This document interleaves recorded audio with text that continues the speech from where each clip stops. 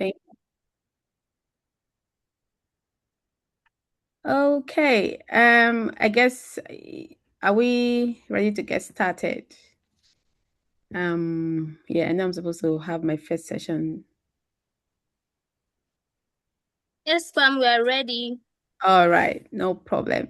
So, hi guys. It's really wonderful to meet you all today again. Yesterday was super amazing, and I hope you guys benefited from yesterday's session. It was really practical, hearing from different scholars who have won scholarships and how they began.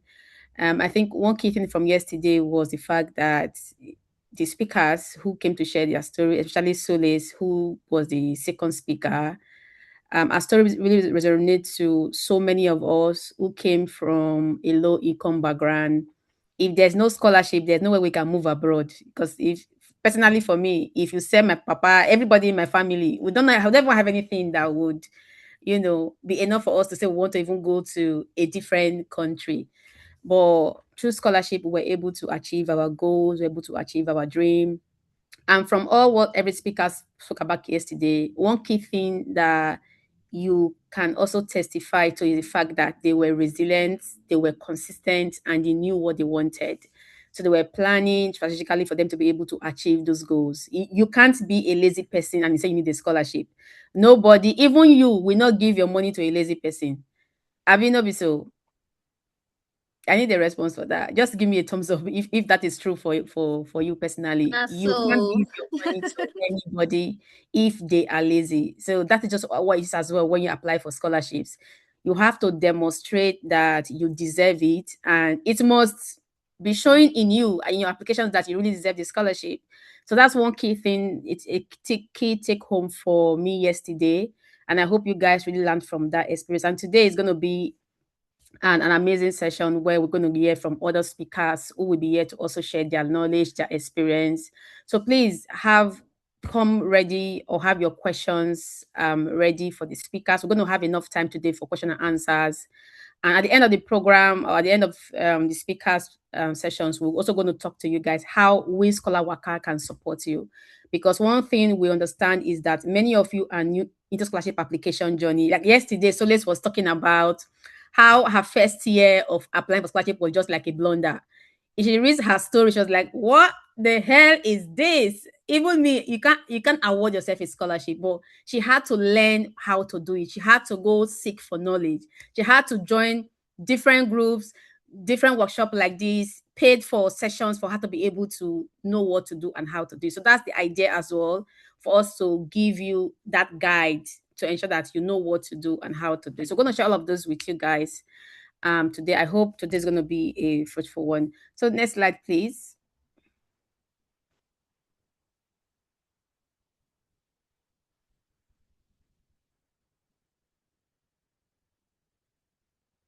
And yesterday, I talked about this very briefly. I just thought to mention it today again that the workshop is more of an awareness and insight driven workshop. We're not going to dive deep into this is what you need to do or this is how you need to do it, because there's one part about you being aware of what to do, which we have been preaching since yesterday. And for those who follow me on YouTube and my social media pages, I always talk about this is what you need to do. But now there's a part when it comes to how should I do it? What is the practical way or practical steps to do it? So we're not going to dive deep into those step by step. So that is where we will come in to teach you or guide you, which we're going to talk about at the end of today's session. But just to let you know that today's the workshop is just for the sake of awareness purpose and for you to just know what to do. And then for personalized support and guide on how to do it, then that will be our next discussion. Next slide, please.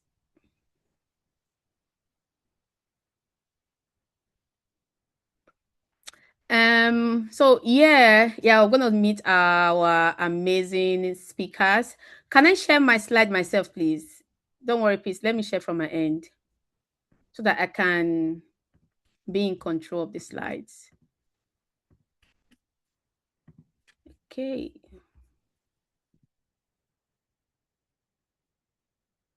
Okay, can you all see my screen? Can someone confirm that you can see it? Yes. Okay, awesome. So, meet our speakers for today. I am your host together with Gift, who will be moderating the session. And then our first speaker is Benedicta. Benedicta is my friend from only God knows when. For those who have watched my videos on social media, and even yesterday when I introduced that, I talked about how we met. So I don't know, I can't even remember how we met, but I know somebody connected us when we were still very young, trying to figure out life. And one thing about Benedicta and myself is the fact that we love to impact. Wherever we find ourselves, you must see our footprint there. So when I was doing some community volunteering and development projects, that was when I met her because she's a pharmacist in Nigeria. She's a pharmacist in Nigeria, and then she was able to support me with some programs I was doing for young girls across the community where I was serving. I did my national youth service in Abuja. So Benita was one of those who really stood by me and supported me throughout my project that also enabled me to win an award. And fast forward to that, after some years, she was applying for scholarships, and I was also applying for scholarships. So we were always together on course. She was more like a marketability partner. Whenever I apply for scholarship and I get a rejection, I'll just call her, babe, now wow, another love letter just came. But we were there and we were supporting each other all the way. I think she got a scholarship first before I got mine. So I was like, oh, thank God, finally got a scholarship, meaning that mine is coming, it's just on the way. And same year was when we Googled our scholarship. Then she moved to Austria, and again, then I came to the UK. So what I will also let you guys know is that the kind of people you keep around you when you are trying to pursue a particular goal or a dream, it's really, really important because they have a way either to motivate you to do more or demotivate you to even kill the dreams that you have. So be very conscious of those you keep around you. And if you find anyone that have a very similar goal with you, please keep that friendship very closely. As you can see, it's past many years, but we are still here together supporting me. And then when she have a program, I go there to support her. So that's one thing good thing about Benedicta. And trust me, when it comes to her session, please just be ready to hear from her.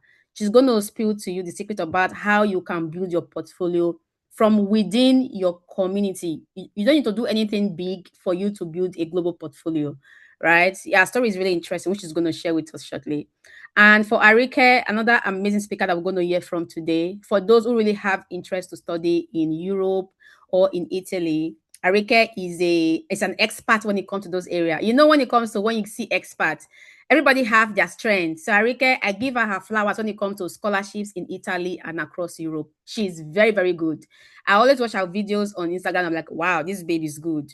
In fact, she's good for this area. So it's good for you to also learn from people who also knows how these things work. So please also come ready with your questions. And also, if you have interest in studying in Italy, Italy is a country where you can find a school that is as cheap as 100 euros, 300 euros. Some schools I have seen that she talked about on her page on Instagram is some schools are as cheap as 150 euros. That is how affordable some schools can be in Italy. So if you're someone that is also open to knowing how to apply for those kind of programs, please come ready with your questions because she's going to share with us how you can explore those opportunities in Italy if you want to fund yourself for those affordable schools and also even if you want to apply for scholarship. So I'm really looking forward to her session this evening with us. And today's session, here is an overview of what we will be talking about today. The first one is scholarship document. This is a very important part of applying for scholarships. Without your documents, you are wasting your time. That's just a summary of what I will tell you in this introduction. Then, secondly, Benita will come on board to talk to us how we can build our portfolio for scholarship, leveraging on opportunities around your environment, and then scholarship in Europe. Arike will come talk about that, and then I will conclude with talking about how you can have like the right strategy to prepare or apply for scholarships. And then Solomon from the ScholarWaka team will talk to us about next step with ScholarWaka. How can we support it? Because of course we are here talking about so many things, but we also want to ensure that we want to put things in place on how we are going to support you guys, which is very important to us as well for this session. So yeah, that's everything we have on our calendar or on our agenda for today. Okay, so since I'm the first speaker, I will just um run right away. And after my session, I will have like 5 minutes for question and answers before we will get to speak to Benedicta. Okay, so scholarship document. One thing I would say is that without you having the right document, you are not yet prepared to begin your application journey for scholarship. Without this, it is you are wasting your time. During my scholarship mentorship class, I use 2 weeks to talk about scholarship document because it is very, very, very crucial. You can see a scholarship, you can see an opportunity, but the way I think it's also something that Solly talked about yesterday. The way you position yourself to apply for the opportunity matters a lot. Yesterday somebody asked a question about, she's done with, I think it's Abigail. She said she's done with secondary school, and but then she does not have voluntary experience. But I had to tell her that, okay, while you were in school, you may have done one or two things as a student in secondary school. Maybe you were very good in class supporting your friend to understand a particular topic, or you were even a member of, let's say, jet club, or you were a member of the science club in your school. Sure, you were involved in an activity in school, or you even support during your school laboratory classes. So these are what you can add to your CV or to your story when you're applying for scholarship as what you have done. So imagine you have done this and you do not know that these are practical things that can also enhance your application document when applying for scholarship. So these are some of the things that you need to be aware of, that your story, the documents you have, they play a very key role when you are applying for scholarship. And here are the list of the major documents you need to apply for scholarship. So I always say that having a good document is as good as 50% of you winning an award. That's how I see it. Because like I said earlier, or even when Gift introduced me, that I have worked before as a scholarship program manager. So I have awarded, if I'm not mistaken, over 100 scholarships to African girls through when I was working for Wow Foundation. So I have the professional experience of reviewing and understanding what we look at for before we award scholarships. So if you have your documents in the right place, it is already 50% a yes. The remaining 50% is okay, let's see what you have in the documents. Okay, let's see how you have positioned your stories, or let's see what you have said you want to do or you will be after your studies or even before your studies. So that's what it means when I said 50%, of you winning an award. So the first thing is that you need an international passport. Yesterday, Celeste also mentioned something about how she has no one to support her, but she had to work hard to be able to apply and get her international passport.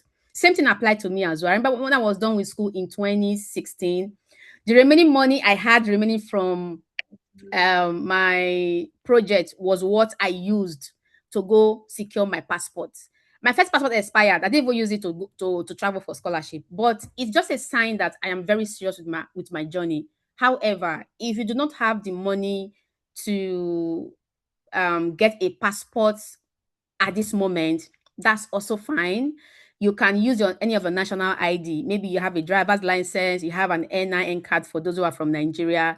Shall use any national ID from your country that have a photo of you and then have your major information like your full name, your date of birth, and other information. Just have that ready. Then secondly, you need your academic transcript. So transcript is a list of all the subjects or the courses you have done while you were in school.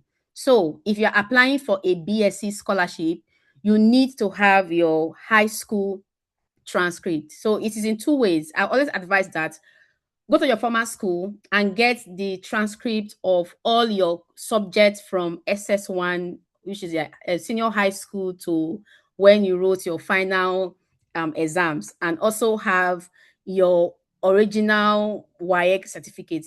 But if you just recently graduated from school, you can get like your statement of results. So have your transcript ready if you are applying for BSc. Then if you're applying for master scholarship, you need to have your BSc transcript. And then if you're applying for a PhD scholarship, you need to have your BSc and master's transcript to be able to apply for PhD. Also applies as well if you're applying for also that same thing as well for your certificate. If you're applying for BSc, get your WASI, NECO, whatever certificate you have in your country. If you're applying for masters, get your WASI and your BSc certificate. And so if you're applying for PhD, you will need both BSc and masters to apply for PhD. Another key thing is recommendation letters. Many people do not give enough attention to recommendation letters. And trust me, this is one of the most crucial part of the document. Everything you see here are very crucial, right? But see, recommendation letter, I don't joke with that.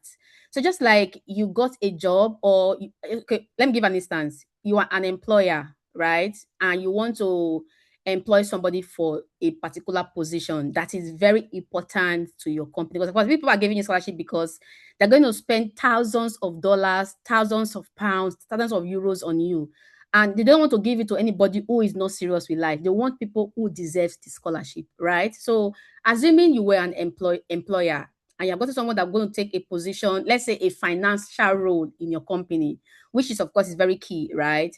And then you get to recommendation letters from previous employers. One person says, oh, I know Gift. Gift is very intelligent, Gift is good, and Gift is hardworking. And then get another recommendation letter that's says the same thing about Gift, but the person spent time. Okay, let me say another person, Peace.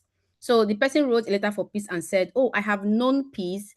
Peace is very this, is very that. The person wrote more details about Peace, how Peace was very good when he was working with them, how Peace supported them to grow, how Peace used her skills to enhance the company's growth, how Peace was able to make sales by 100% in 2 weeks. The person had to put more info about Peace. So if you are the employer and you want to employ Gift, who the pivot employer have said just 2 things about Gift, and then the other employer has said 100 things about Peace, who would you go for? Let me know in the comments. I'd like to know who you would choose. So if at all your criteria is I want to pick the best person based on recommendation from their previous employer, who would you choose among this person, Peace or Gift? So I'll go again. Gift is the one that the employer just said, oh, I know Gift is hardworking, Gift is good, and Gift is pay attention to details. And then Peace, the person came and said, oh, I have known Gift, she has worked with me for 5 years, she's very this, she improved my sales by 100%, she's this, she's that, she's that, she's this. So there was more qualities of Gift that was said in the recommendation letter. So if you're to be the employer and this is a criteria for you, who would you employ, Gift or Peace? So I'll stop sharing for me to see what the the chat is. So let me know in the comment. Let me see who you're going to choose. Okay, I can see Peace here. Yes, I can see Peace, Peace. Okay, Peace. So yes, of course. Okay, so that's good. Can you see my screen? I want to be sure if I have stopped sharing. Yes, we can. Okay, yeah, good. So you guys have seen now that just from a mere recommendation, I call it mere because many of you think recommendation letter is mere. So let me just use the word just from a mere recommendation. You have chosen Peace because she had a very strong recommendation from a previous employer. That is what it is when you apply for scholarship. But anyways, I don't want to dive deep into how it should look like. I wouldn't have time to, like I said, we're not going to dive deep. But what I'm going to tell you is that recommendation letters are very important when you apply for scholarships. And please do what to get good recommendations when applying for any program. Another one is academic CV. You need to have a very good CV to apply for scholarships.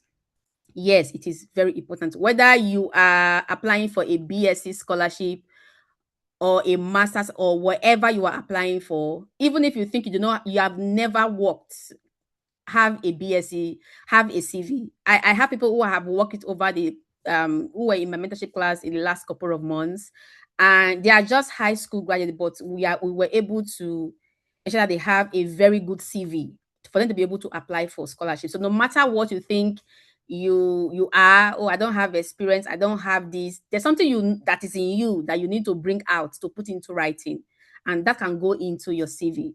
Also, very important thing you can never escape is motivation letter, personal statement, or SOP, whatever they call it.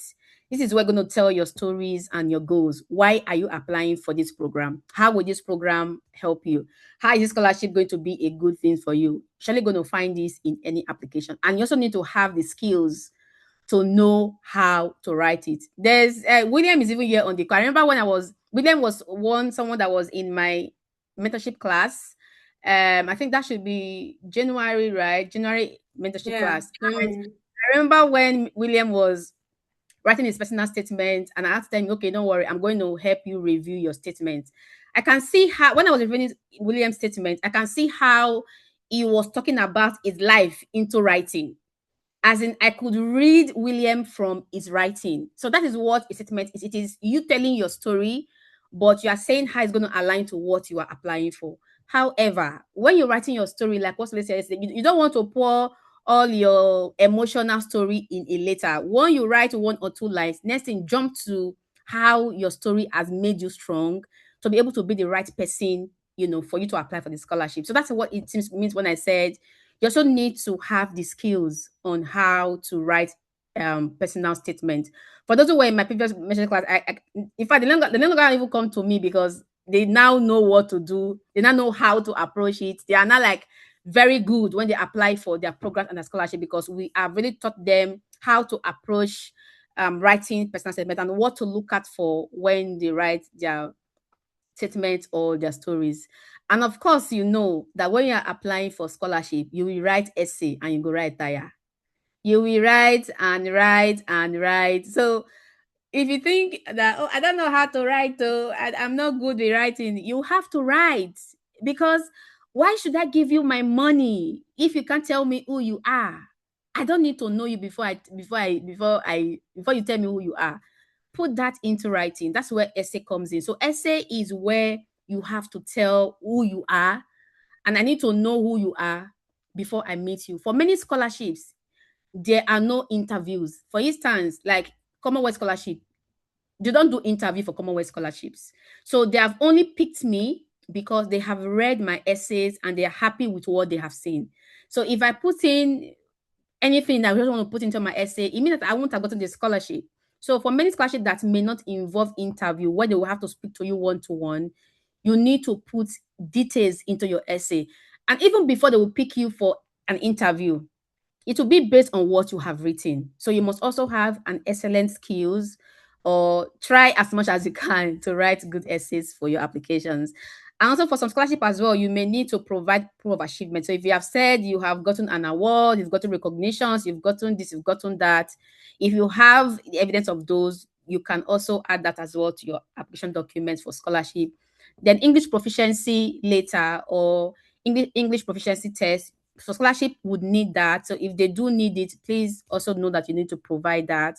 Then for those applying for scholarship for whether masters in research or PhD, they will need to provide a research proposal. And for most scholarship as well, they might need additional documents from you. For example, if you're applying for scholarship that says it's a need-based scholarship, they want to see why you said you are a needy student. So some of them may request that you send they will ask for the annual income of your family, or they will ask for how much or bank a statement of your family, just to know that, oh, you guys are actually very needy. They want to know if it is really true that you guys are needy, and that would be like a proof you are going to show, and so many other examples of what they might ask from you.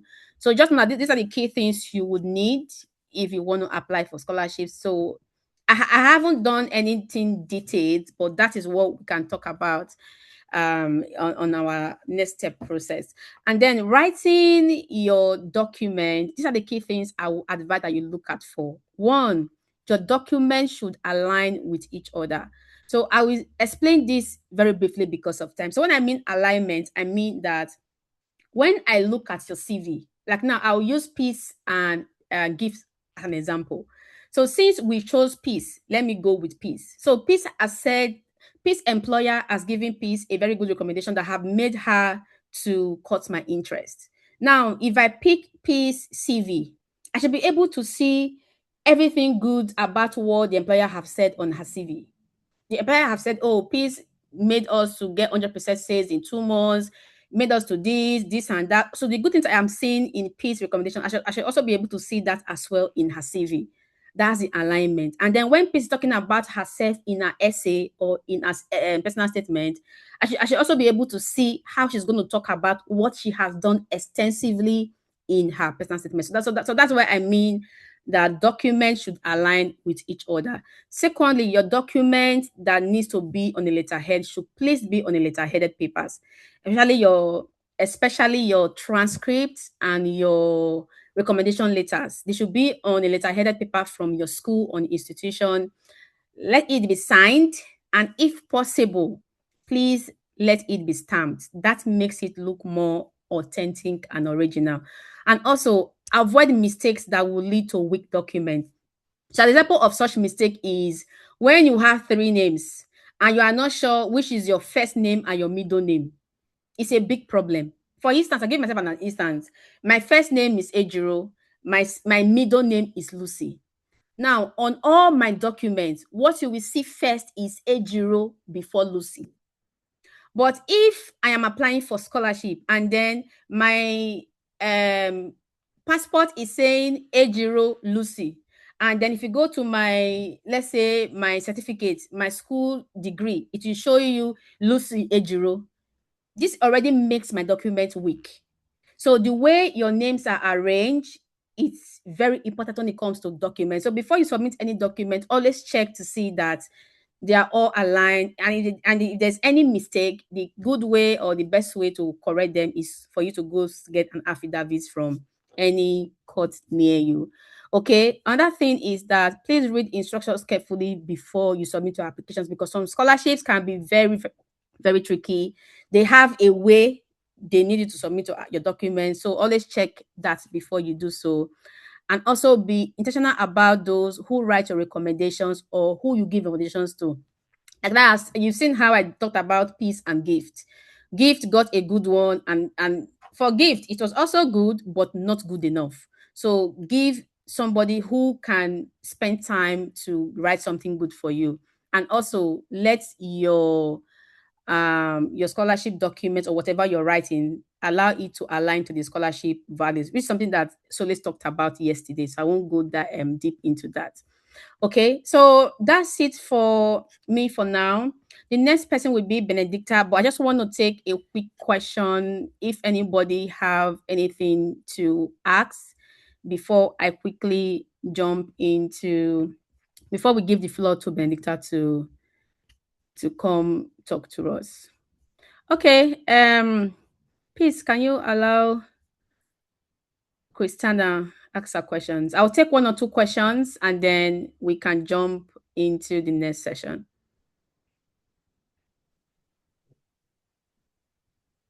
Christiana, you can unmute and talk.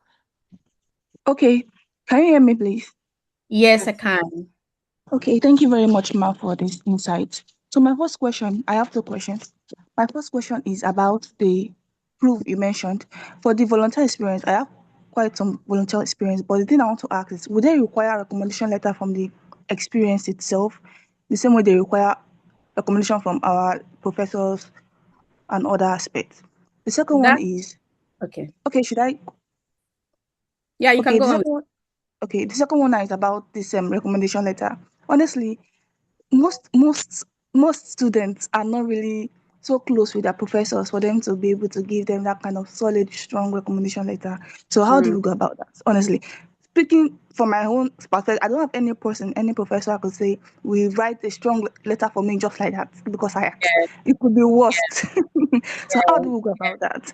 Okay, that's a very good question. So, like I said, because this was just an awareness purpose class, I didn't really dive deep into how it should look like. So that is where I talked about our next step, right? But I will just summarize this because of time. So the first question you asked was about if you should get a recommendation letter from people you have volunteered with. So what I would say about that is it's a yes if you can get one or two, but it also depends on what the scholarship says they need. Some scholarship have their requirements, which is something very crucial that everybody also need to know before they even begin applying for scholarship. I think William is the only person I can see that was in my previous mentorship class. So he understands how I always preach about read the requirements before you start writing. So you would know who to get your recommendation letter from when you see what the scholarship requires from you. So scholarship are more aligned to leadership and community development or community service. You may have seen that in some scholarships you have applied for, right, Christiana? So in those kind of scholarships, I would advise that if there is an organization that you have done work with before and you were really involved in community development, our community development expert is here, Benedicta is already here. She's going to kill it for you guys soon.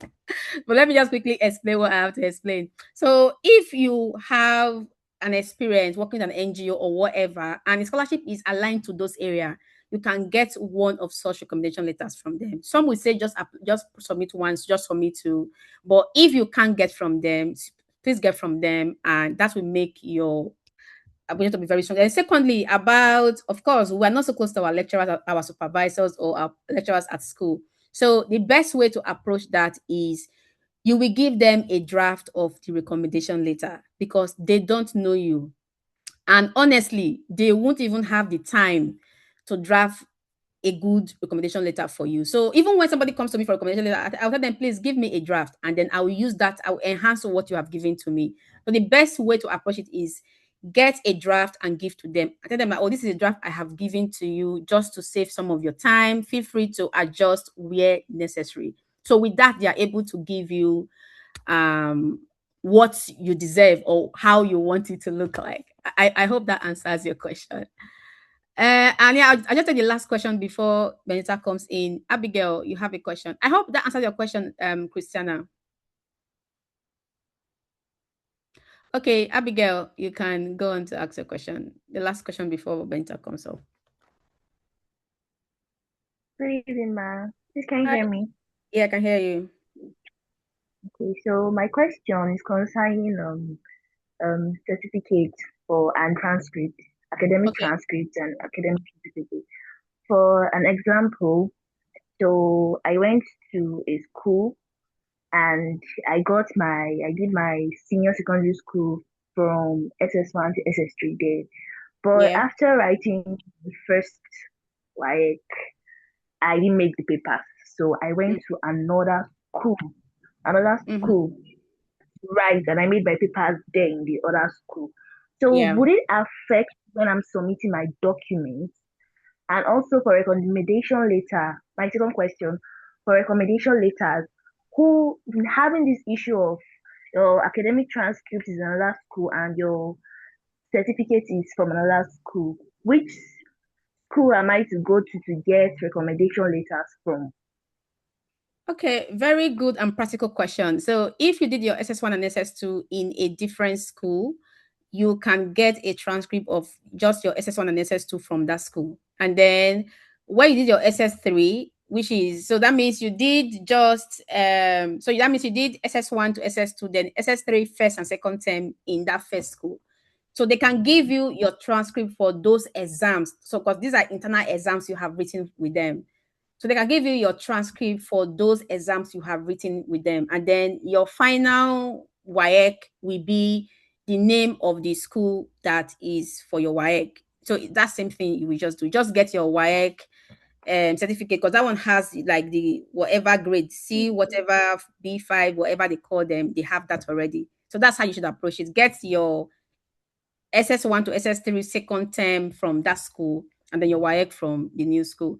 And then for recommendation letters, it's the same thing. You can get a recommendation letter from the school that you have spent more time because you spent almost all your high school, senior secondary school time at that first school. So get it from that school.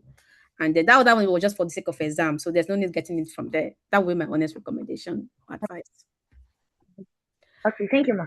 All right, no problem. So, William, you can drop a question in the comments, and yeah, or we're going to pick it up later. I will give the room for Benny to come. My very good friend is here.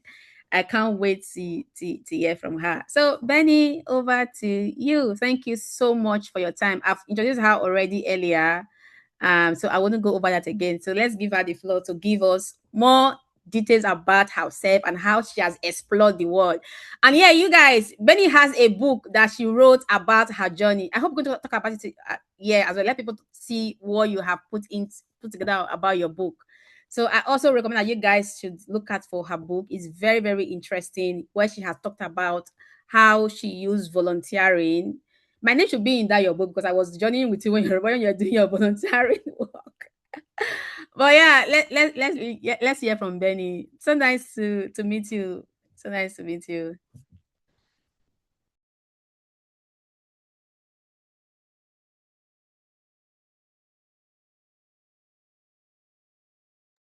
We can't hear you, Benny. You are mute. Okay, please, can you unmute Benedicta if she's struggling to? Yes, me now. You can hear Yes, you we now. can. She's Yeah. unmuted. She has unmuted me. Can you hear me now? Yes, we can. Okay. Yes, I was waiting for her to unmute me before. Hi, everyone. Thank you, Lucy, for having me. Oh, can you already see it? No. I hope my internet will not misbehave again. Oh, great. Yeah, it's up Okay. now. So, as for the book, don't worry. There will be several parts of the more parts of it coming. So, thank you so much for having me. My name is Benedicta-Ewhubare. Yes, my name is Benedicta-Ewhubare, and I think I will just maybe jump into the question. I don't remember the name of the person. The question the person asked about getting recommendation letter for community development work. I will just answer that question briefly before I move on. It's part of the things I'm going to share today. Yeah, maybe I can answer already. So, I had a similar problem when I applied for the Ban Ki-moon scholarship, and I have done so many things with so many, different organizations, and there was no way, it was not possible for me to go to all of them to get the recommendation letter. But what did I have that passed for me was my digital footprints, which is part of the things I'm going to share today. So maybe I leave it at that, and then when I get there, I would explain further. So I'll be speaking on building a strong scholarship profile. I'm aware that I should not be speaking for so long, so I'm just going to go chap, straight to the point, and then we'll take the questions. We're going to do a welcome and icebreaker session. We'll talk about the mindset shift, the principle I use, principle of low-hanging fruits plus audacity. We'll talk about impact-driven storytelling, and I will talk about digital footprints and AI leverage, which is part of the question I'm going to answer for this person who asked. Sorry, I'm not paying attention to the chat now. I will come to it later, so bear with me. So now we're going first of all to our icebreaker. Can you scan this QR code? If you can't, I am going to paste the link as well in the comment section. So please follow that link and then follow the link. I don't know. Yeah, I'll try to project what is going on there. Have you been able to click the link or to scan? Yeah, I've been able to scan. Okay.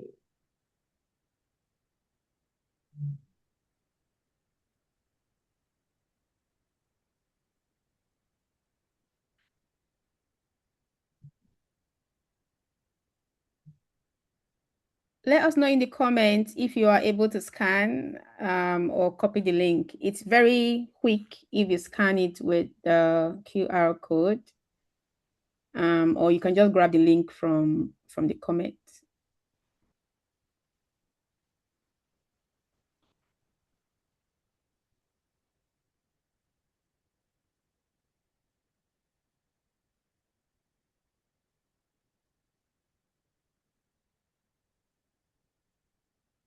Okay, great. So people are able to scan. All right. I will try to project your results.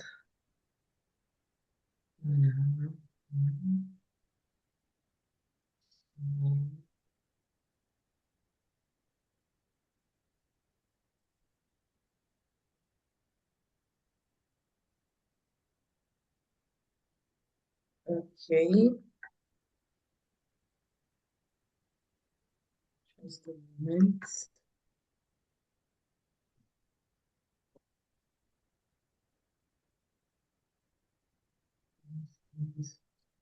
Have you all filled it out?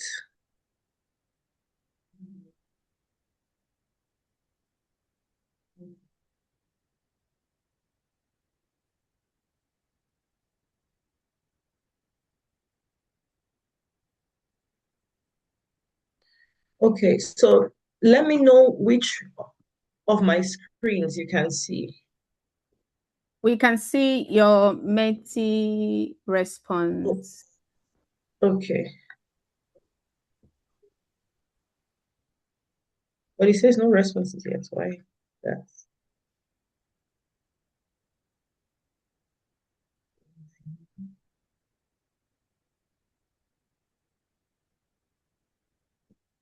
okay. Here we are. So in one word, how confident are you about your scholarship right now? Some of you say average, low, not confident, optimistic. I like that there are people who are optimistic already. Scary, uncertain. Okay. Shy, 0. Okay. So that means we'll have a mix of people.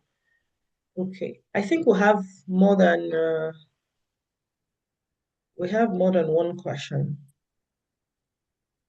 Yeah, it was only one that popped up. I think so. Only one. Okay, that's fine. So, okay, good to know. So at least I have an idea of the people that I'm dealing with. So let's go back. Can you see my screen again? Yes, we are back to your screen. Thank you for your responses, everyone. Okay. So now, what do I mean by the mindset shift? The low-hanging fruit was audacity. So this is something that worked greatly for me. So as at the time I got to know about community development, that's what started. So I started first of all with the community development, knowing about community development and the fellowships before my mind started going to the study abroad thing. So and I first started hearing about the Mandela Washington Fellowship and the likes. And if you have ever engaged with that application or ever heard about it, it's a bunch of questions, like hard questions that you cannot answer at once. Thank God for AI now. It might make it a bit, bit faster, but still, you need to put in a lot of thoughts into the process. A lot of thoughts, a lot of thinking into it. Which in my time we didn't have this AI thing. So you really had to think, to research, to write properly, and all of that. So, but the principle that I put into place was the principle of low hanging fruits. And it simply means to leverage unpopular opportunities. Can you still hear me? Yes, we can hear It's you to well. leverage unpopular opportunities. So by unpopular opportunities, I mean those opportunities that are not buzzing, that everybody's talking about, like the Chevening scholarship, the Commonwealth scholarship. You can give me the names. What about the very Mastercard Foundation. look for the ones that many people don't know about. Yeah.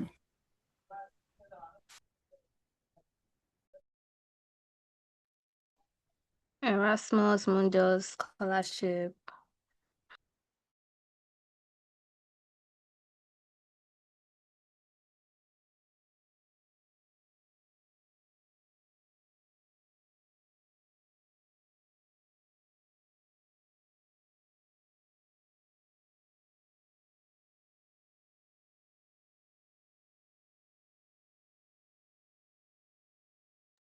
think we lost her for a while.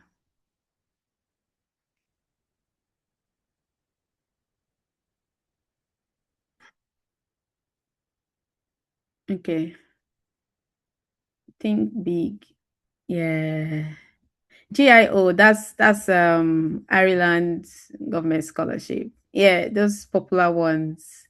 Yeah, let's give her some time to be back.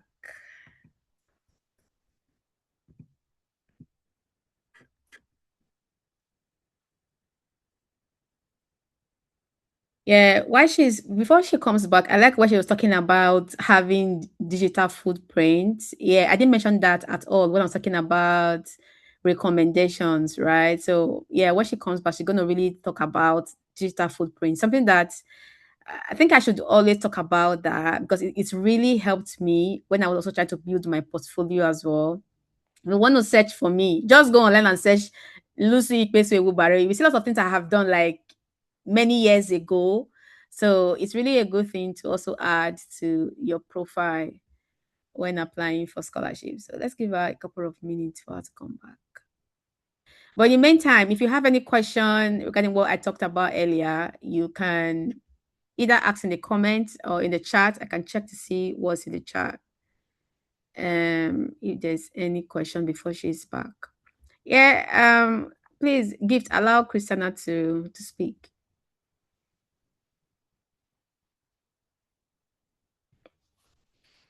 So before Christiana comes, someone is asking in the comment, can I apply for PhD when I have 3 months left to complete my MSc? Please. Christina, you can speak now. Yeah, I'm just referring to a question someone asked if Okay. if they can apply for a PhD. I don't know if the person is still here. Is this person? I can't see the full name. Oyin Okay. Sola. Yeah, Onyi Kasola. Yeah. So if you want to apply for a PhD, please start as soon as you can start. Even when you were 1 year away from completing your PhD, you can still apply. There are some scholarships that wouldn't mind if you are still on your study. But if you have 3 months left, it's a good time to begin your application because application for PhD sometimes take a couple of months for you to complete because you're going to look for the scholarship, which have to reach out to different professors, have your research proposal. So yes, 3 months left, you can still apply for scholarship. And then if they ask you to submit your transcript, you can get a transcript from your previous study, your previous semester that you have completed. So Benny is back. Sorry guys, let's get back to Benny. We'll pick your questions later. Welcome back, Benny. Yeah, you're on mute.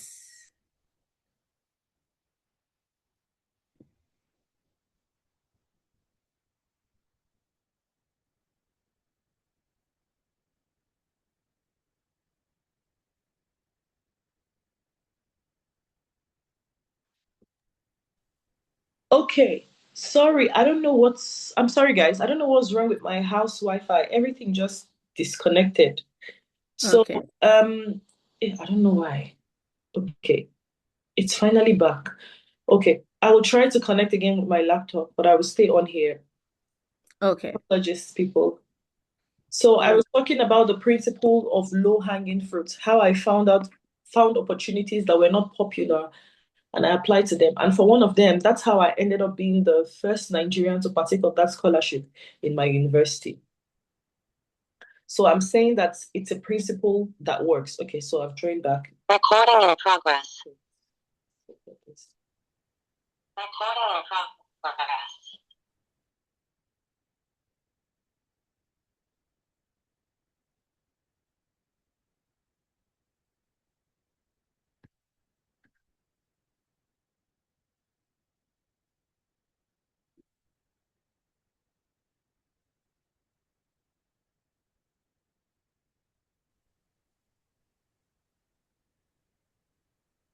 We can't hear you, Benny.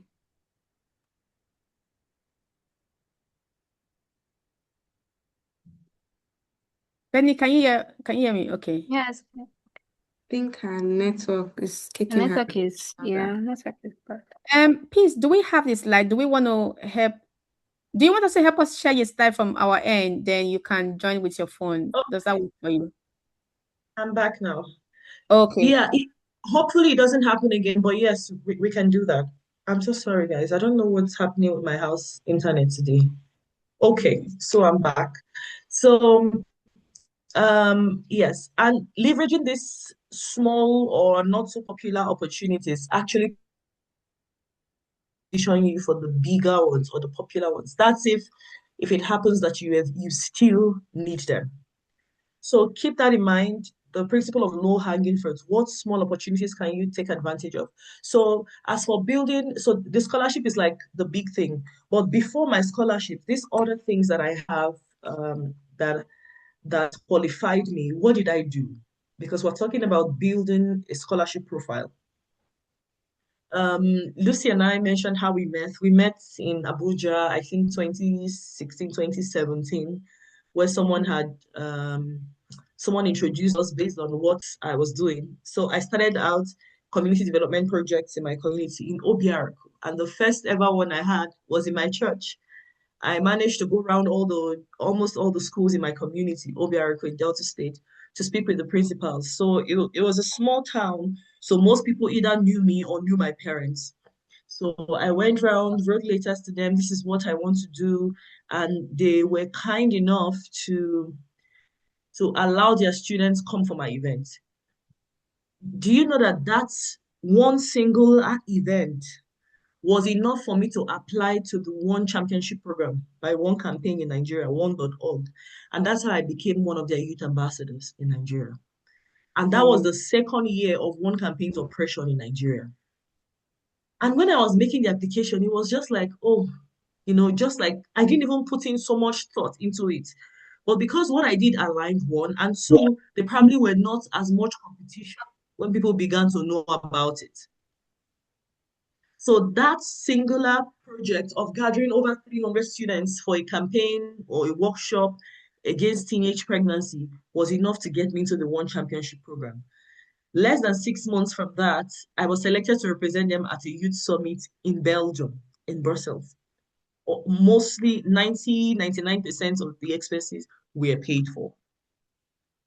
So when you take the principles of low-hanging fruit, so from that one, after I went to that program and came back, I realized, oh, so what I'm doing has power like this. Okay, that means I can do this. I can do this. And then another thing I'm going to touch on next when we move on is the impact and is the storytelling. The storytelling skills. You need to learn to tell your story. Impact-driven storytelling. So into something else there. But then I realized that I would meet people who probably have done only 1 or 2 events, but are bagging the big opportunities. I'm talking maybe being funded to be sponsored to another country to speak. So beyond being sponsored, maybe they get paid.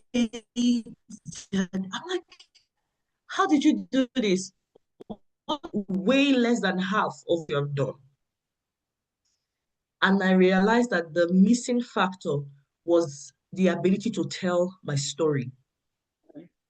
If you're going to access funding, whether it's funding for scholarship or it's funding for fellowships, to attend fully funded conferences, to study abroad, whatever it is, you need to learn how to tell the story of what you are doing or what you have done. You need to, I heard it, that I know it. It's good you're hearing it. It doesn't mean you will know it automatically. You learn it on the job by doing. You will learn it on the job by doing. I'll take a similar question or something that you've come across in your quest for scholarship application. It could be motivation later. It could be, for instance, why should we, let's say you are applying for a master's in sustainability, for instance, and you want a scholarship. So why should we give you this funding? You can start to tell it. I hope you can still hear me. Not so clearly. I think your internet is still wobbly. Oh my God. Well, yeah, go on. I think it's a little bit clearer now. Clearer now. Okay. Yeah. So I will give you an example of the story I tell. So I was talking about if, for instance, you're applying for a master's in sustainability and you want funding. That is a way you can tell your story, whether in the motivation letter or whatever question you're asked. So this is my own story and how I tell it. I can say I attended an all-girls boarding school in Warri, where, because I'm into menstrual hygiene projects, sexual reproductive health, where let's say 1,000 girls were in the boarding school, and every month tons and tons of menstrual products were being churned out in the dustbin. As a junior student, I hated so much to do the chores because something like that. Mm-hmm. And then you can say, oh, that because of that, when I came out of school, I began to research how to reduce these wastes, how to reduce contribution of menstrual products to plastic pollution. And so I began to advocate for reusable sanitary products, for instance, like reusable sanitary pad, period panties, and menstrual cups. This led me to so and so organization. We actually worked with this organization, All Matters. They used to be called Organic Cup.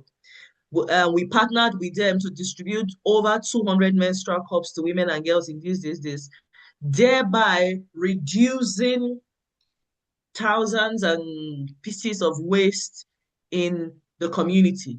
You can go ahead to give statistics to say one woman in her lifetime uses up to, you can just say, for instance, 15,000 or let's say 10,000 disposable pads.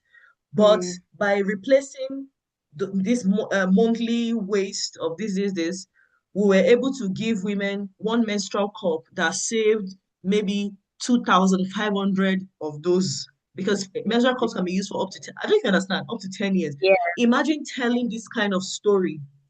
So you are weaving in a personal story, you are weaving in impact, which is a fact that it makes on the environment. You are weaving in the impact of the project you did, how much plastic it has saved, plastic pollution it has saved the earth. Don't you think they'll give you the funding? You need to learn to tell your story, because it will open doors of opportunities to you. It will draw the right attention, and it will preserve your relevance. You know, in this AI-dominated world, now everything is AI. You watch videos, you're not sure what is true and what is not true. It is the authenticity of how you tell your story. There's no way I would have made this up that shows authenticity, that they will know that this is your own story. And now there is something that you are blessed with. There is something that your generation is sort of blessed with that we did not have a few years ago when we started our own journey. That is AI. But still, if you don't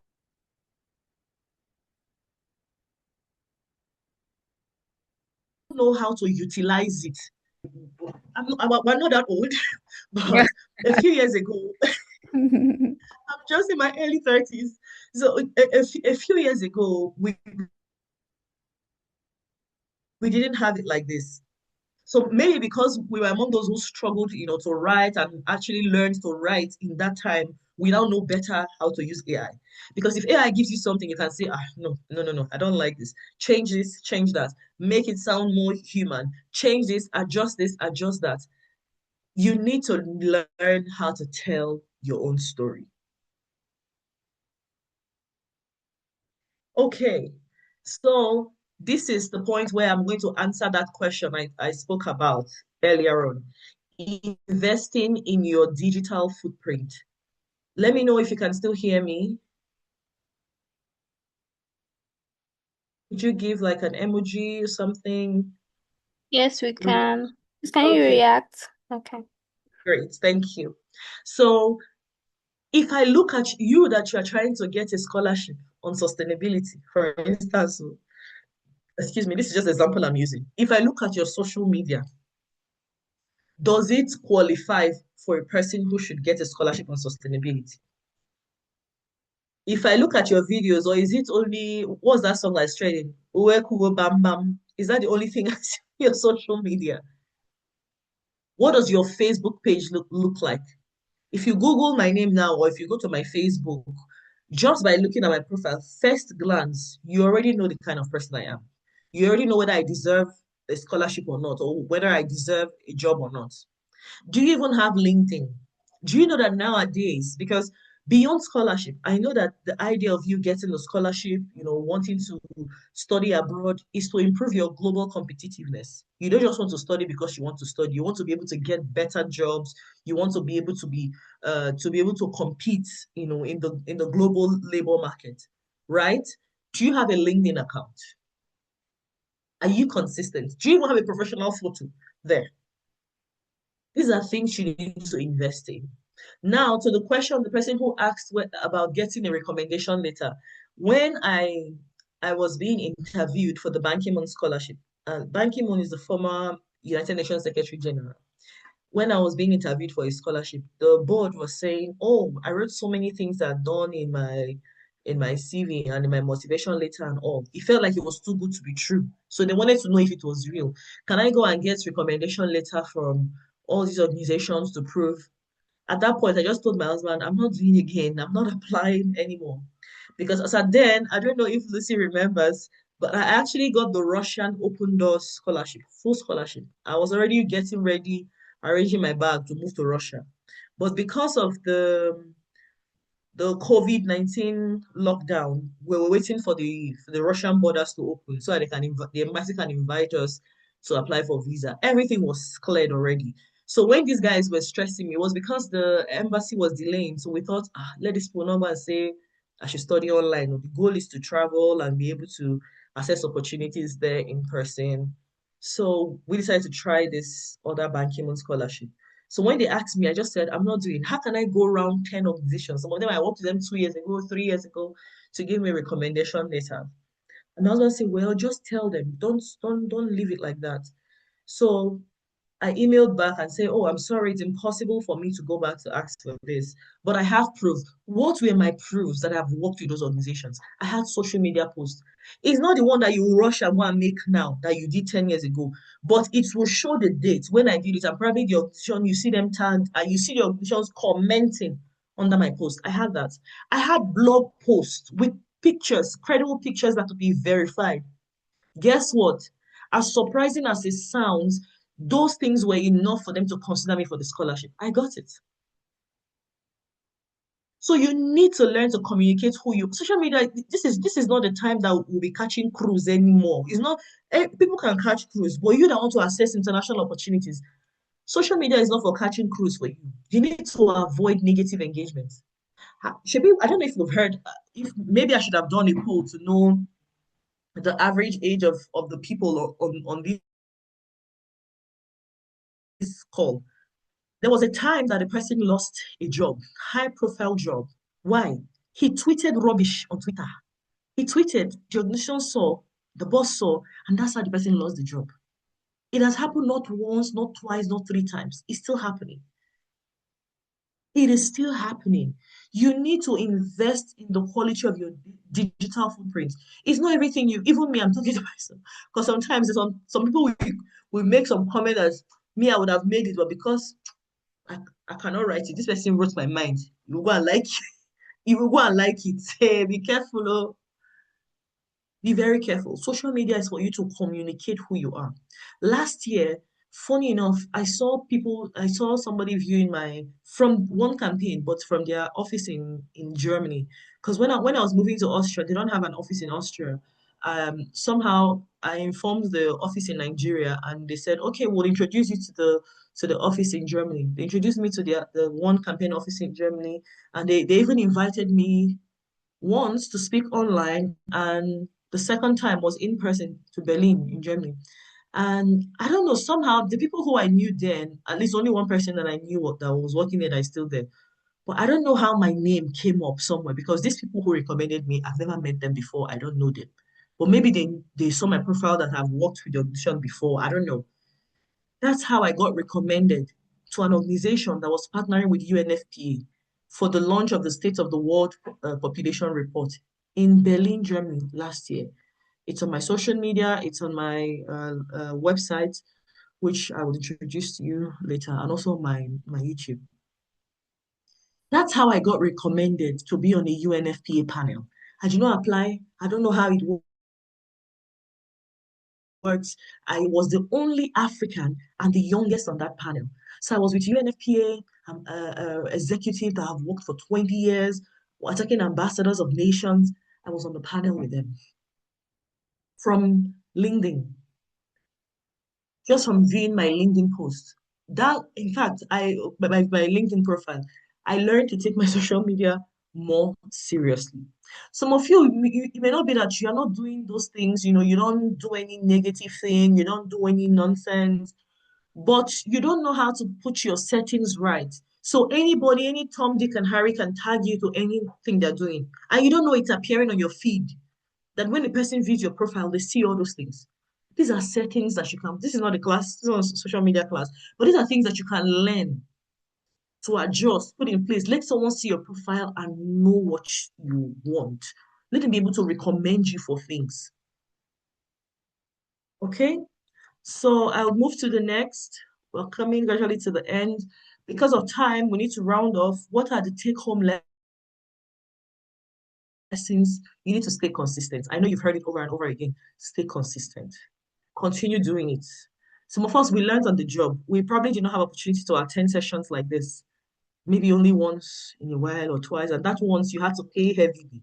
You pay your transport, you look for where to sleep to attend such programs. Stay consistent. Keep learning. If you think you've mastered it, master it again. Have friends, have people that can give you honest feedback. I had a friend who always teased me. Before we make two, he would just tell me, before you make two sentences, I'm a pharmacist. Is that all you can do in life? Is that all you are in life? You're a pharmacist, almost first class graduates. You cannot write proper essay. Look at the rubbish you're writing. And it's true. Even though I was angry and it was like, shut up, no nonsense. Why are you talking to me anyhow? But after saying, why are you talking to me anyhow, I went back to go and do my homework. I went back to learn.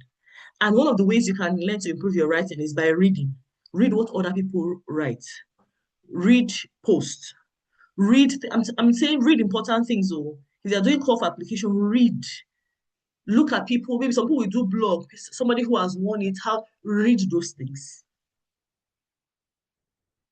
Networking is important. I cannot even say it enough. Networking is important. In fact, it's a currency on its own. Talking about funding, I've run an organization as well. And I made a video some time ago. It's on my YouTube, also on my social media. How well, it's easy to say I've never won an actual grant before, but I've implemented projects with that worth thousands of dollars. Thousands. Through recommendations. And it's still happening. I'm not talking so much about the one that is already happening now because I want it to finish happening before I share. Your network is important. How did I even get on this call to even speak with you in the first place? For you to even know that, apart from people maybe who may have stumbled on my post or something online, how did I even get to be in your face today? Network, because I know Lucy, because Lucy is my friend. And then you need confidence and humility. I know why I put it together. Confidence. You need to be confident. Humility. I mentioned how I was the youngest and the only African on a panel. But yet, I not fear their mama face. I know they look your face. But yet, what did I do to ensure that apart from the fact that, well, if I didn't have it enough, I would not be in the room in the first place. But two, I had to do extra research. Ask questions, read up, ask people so that to be sure that what I'm thinking is in the right direction. So that when I open my mouth to speak, I speak confidently. And the last but not least, keep God at the center. There's a word I learned a couple of years ago that I love to use at all. I love to use a lot. It's not, you know how people say, you know how people say it's a coincidence. Well, I don't know if I like the word coincidence since I heard this word. There are things that happen that are actually God incidents.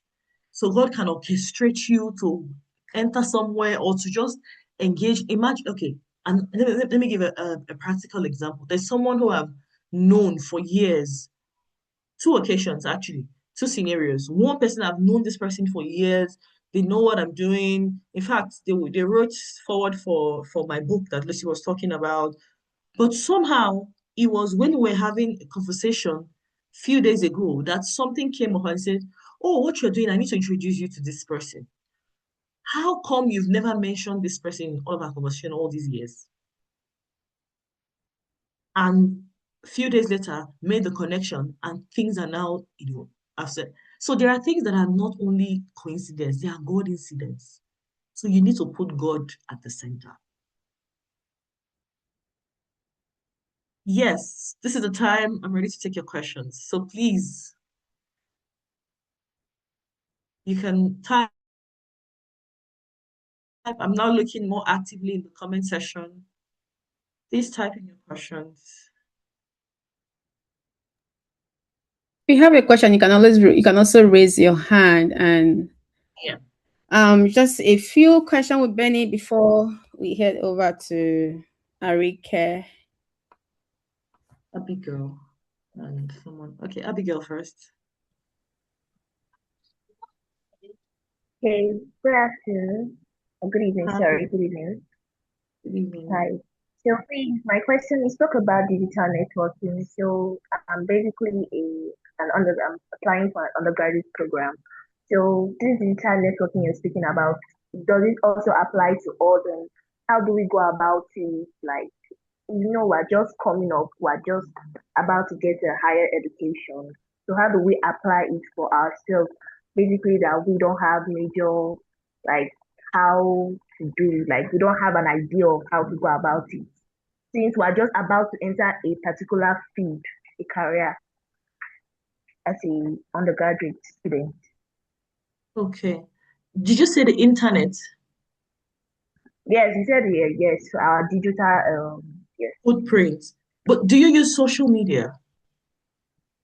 I basically just use majorly WhatsApp and YouTube. WhatsApp and YouTube. Okay, on your YouTube, what do you have there? Nothing basically. I don't post. Okay. Well, in this age, it's important to have, especially if you're building up for scholarships like this. But for a person like you who's just starting out, the best thing to invest in is your storytelling. Why do you want to get into the medical field?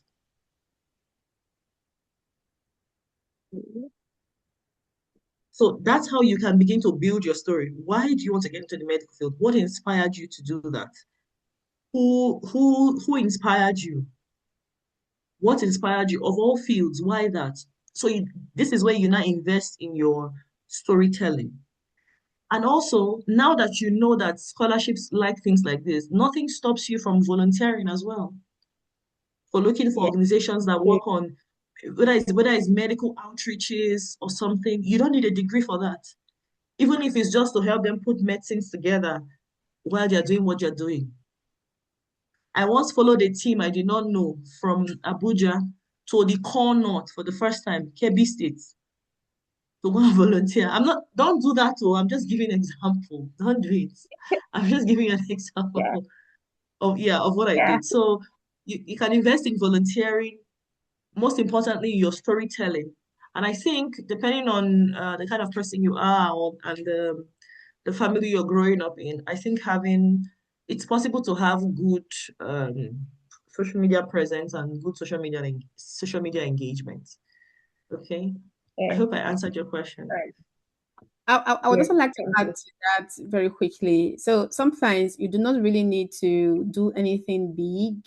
I know that people who are not really into social media, they don't want to know. For me, I wouldn't say I'm a social media person. What brought me out is content, talking about scholarships. I'm not really the type of social media. But I remember if I look down if I go to my Facebook, I will just see like 10 years throwback from Facebook, and that was when I was doing some volunteering work impacting girls in school about STEM education. Then what I was doing was I leveraged on an NGO who does this at my university. And then I and my friends go to school to talk with girls about STEM education. And then after the event or during the outreach, we just take photos. And me, I just post to say, today we went to this school and we imparted girls about XYZ. I just post and I just walk away. But when I began writing my essays, my stories for scholarship, I remember that, oh, I haven't had these things here and I could talk about them. And anytime anybody wants to see what I have done in the past, they'll just go there and see what I have done. Like Benedicta said, you can leverage on organizations near you. You can even start from your church. You can start from your streets. There are kids in your street that don't know how to, who do not understand biology or mathematics, but you can pick one or two and say, because I can talk about how Benita described the story. Oh, you came from a community where girls or kids do not enjoy or do not like education, but because you are good on this course, you have put together a weekend lesson where you impact 2, 3, 4 children, and this is what you do. So you do that as what you do, and then maybe save testimonials, or maybe just post one or two on your social media page if you want to do that, or just create a portfolio for yourself where you talk about those things you do. If you don't want to do social media because of friends and family, go to LinkedIn where there are serious-minded people. LinkedIn is not for market people, it's not for family and friends, my uncle, my auntie, my village people. Go straight to LinkedIn and go and see what your mates are doing there. That's what people actually record. In fact, I think LinkedIn should be even the best place for you to go record your impact. Forget Facebook, Instagram, leave it for village people and family and friends. If you really want to be serious about building your portfolio, go to LinkedIn. And trust me, if you spend time on LinkedIn in 1 week, you will tell yourself that I am useless. Sorry to use that word. You will feel intimidated when you see what people are doing. I'm like, wow. What am I doing in my life? Yeah. Okay, what am I doing with my time? Do you get what I mean? Even me. And then I'm like, these people are doing too much. Let me be going to where I'm coming from. Do you get? So just figure out a way what works for you. But don't feel like, oh, I'm not showing me that person, doesn't mean that you should not record your impact. You want something from, like what somebody said yesterday, you have to choose. Is it the scholarship you want, or you saying you don't want to do this to get the scholarship? So just choose what works for you. But it is advisable for you to have that digital footprint. It's really advisable. Thank you, ma'am. Thank you, ma'am. Yeah. Thank you so much, Benedicta. Yeah, I think Arika is here. Is there any other question from anyone before there's one Arika? person? Okay. One Faye Sarah also. Is it Christiana? Okay, maybe she has dropped her hands. Okay. Okay. So Christiana, please, you have a question. Yeah, please. Okay, her hands are up again. Christiana, Thank you. I raised my hand before the other lady came over. So I had to lower it. So thank you so much for today. And thank you I was the one that asked the question about the volunteer experience, which you buttressed upon. But the thing about my is very kind of special, but I can see you're very invested in the volunteer experience. But my own, so I was doing my NYC. Currently, I'm doing NYC. So I got opportunity to work with some NGO on vaccination program, and that was just once last year, December, thereabout. So I don't really have any digital footprint for that at all. And I was also opportunity to work as the CDS coordinator. And for that, I can't give myself a reference letter. So I don't know how best to even document all this proof, honestly. the And I scholarship have you're a second applying question. for, are they asking you for recommendation letter? Not exactly, but it really kind of be one of the things I really push like MasterCard now, something like MasterCard, they require this kind of community experience development work. So that's like that my experience, volunteer experience would be like a major ingredient that makes me align with their purpose. So I feel like it's likely they want some evidence since I'm relating with what they want. So that's what I'm trying to consider. So I will not be disturbed whenever they require this. I don't want to be half prepared or something about it. That's what I was asking. Apart from keeping social media posts from what you are doing now, who was your patron for this CDS thing? Wait, is this CDS for NYSC? Yes. Okay. Yeah, you may not who was are you still serving? Yeah, I'm still almost done though. Great. Then you still have the chance to get it. What do they call them? Platoon, whatever. Who is your what do they call them? Local government inspector. LGI. Tell your Yeah. LGI to write you a recommendation letter. Okay. And Yeah. you know what? To help the Okay. person draft out the things that you have done and the kind of letter you want.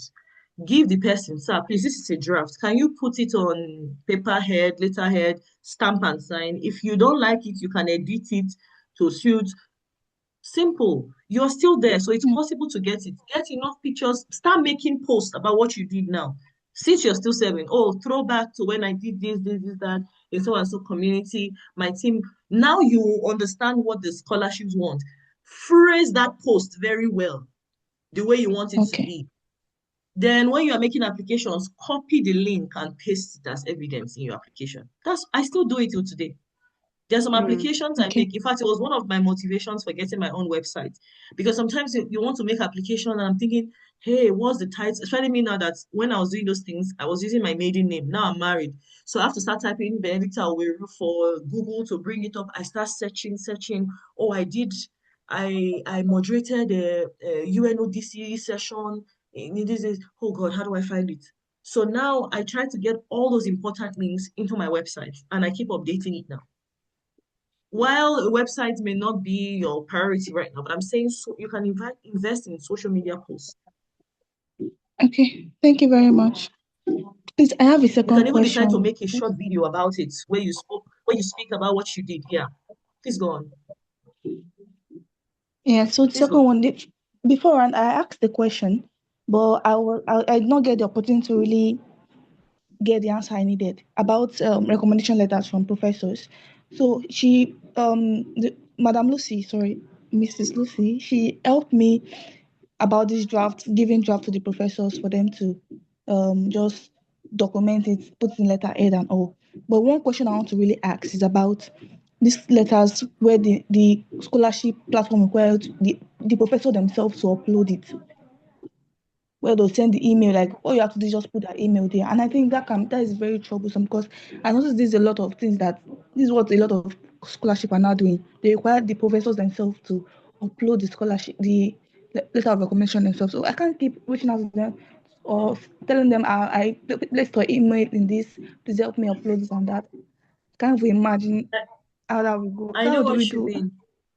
I know what you mean. So in that case, one, the draft can still work. You prepare the draft, send to the professor privately, and then the professor will edit and update and upload by him or herself. One, two, you need to invest in your relationship with these professors. Let it be somebody that you can easily follow up with and say, "Oh, please, sir, can you do this? Can you send this for me?"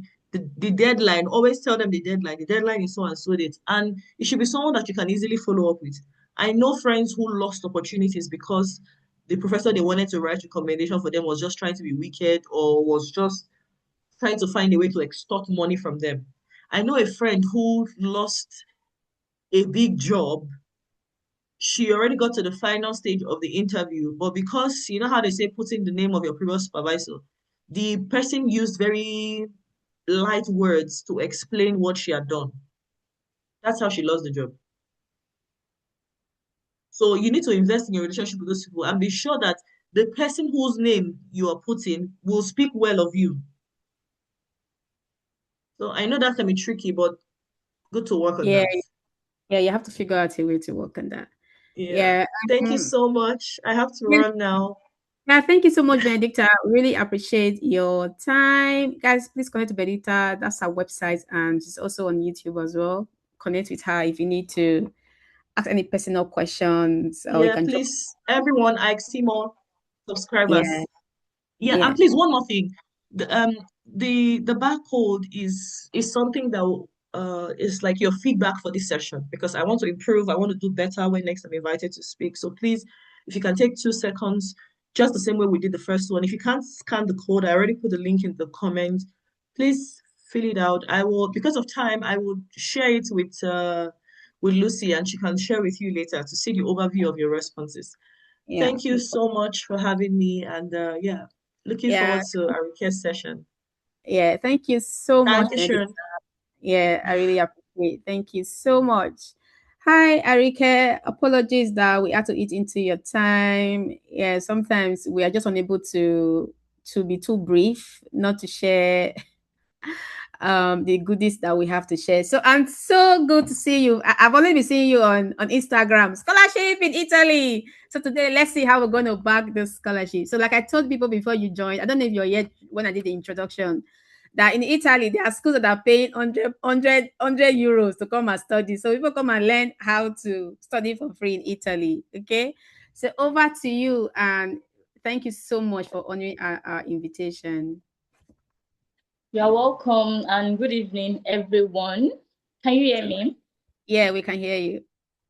A good evening once again. My name is Arike, popularly known as the Find Your Creator. And yeah, please, I think you will be handling my Okay, presentation slide. Yeah. Yeah. Please, do you have it handy?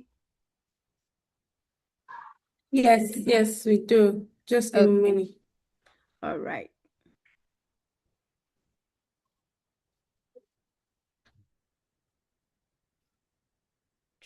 Yeah. Can you see my screen? Yes, I can. Yeah. Okay. Yes, I can see your screen now. So let's start. So good evening once again. My name is Arike, and last year, not recently, I've graduated from University of Padua with a master's in marine biology. And what do I do presently? I'm a creator. I'm into so many things, but majorly I create content on social media around navigating scholarship and admissions in Europe and majorly Italy. So to actually start with, this session is about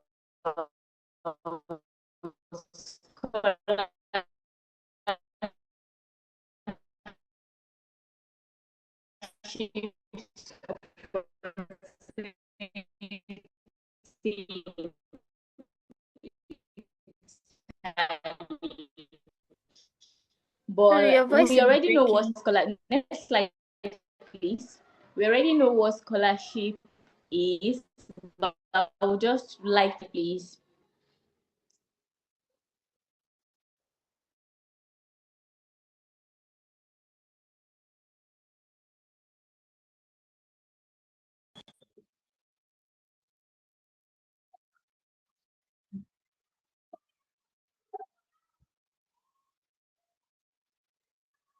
Hi, Erika, we can't hear you. Maybe the internet is. Yeah, it looks like it's Europe internet. Because yesterday our speakers were all from UK yesterday, so today they were Europe speakers. Can you hear me now? Yeah, it's better now. Okay. So, like I was saying, we all know what scholarship are, that they are financial support that are given for a specific purpose. And majorly in these terms, it is majorly related to academic purpose. You get, they are actually given based on what fit and not just brilliance. Yes, because most of the time I've seen so many people. I'm not saying first class is not good. If you have every chance to make sure you graduate with a first class, please, this network should not fuck me help. Can you still hear me? Yeah, we can hear you now. Okay, so but at the same time, not as much, not I believe personally that it is not all scholarship that is related to maybe academics. You have to be first class, you have to be second class. That's why you have to know, you have to understand the scholarship and what they are actually looking for before applying. That is that. Then sometimes some are actually academic based, while some are actually related to need based. And in terms of what academics, academic does not mean necessarily it has to be merit based. Some can actually be related to like volunteer experience, like work experience, or maybe research experience, and they are still related to what academics. And what I mean by need based is maybe related to income. I'll be explaining that further as we move. And what scholarship is not actually a lottery or random selection. Yes, Yes, we I've seen so many people say, "Oh, I won this scholarship." Yes, you did, but it is not a lottery. You actually worked hard for you to be selected. So it's not a lottery that you actually won like that. It's not something that they just pick everybody and say, "Oh, I dash you this scholarship." So then it is not only for first class students, like I already mentioned earlier, and it is only for citizens of wealthy countries. Yes, I've seen some people that believe that there are some cities, there are some countries that they are actually like eligible for scholarship, which is not. I personally even believe that scholarships are even for, when it comes to, if you want to look at country eligibility, I personally believe that it is for even country that maybe developing or underdeveloped in some of yeah in that area. Next slide, please.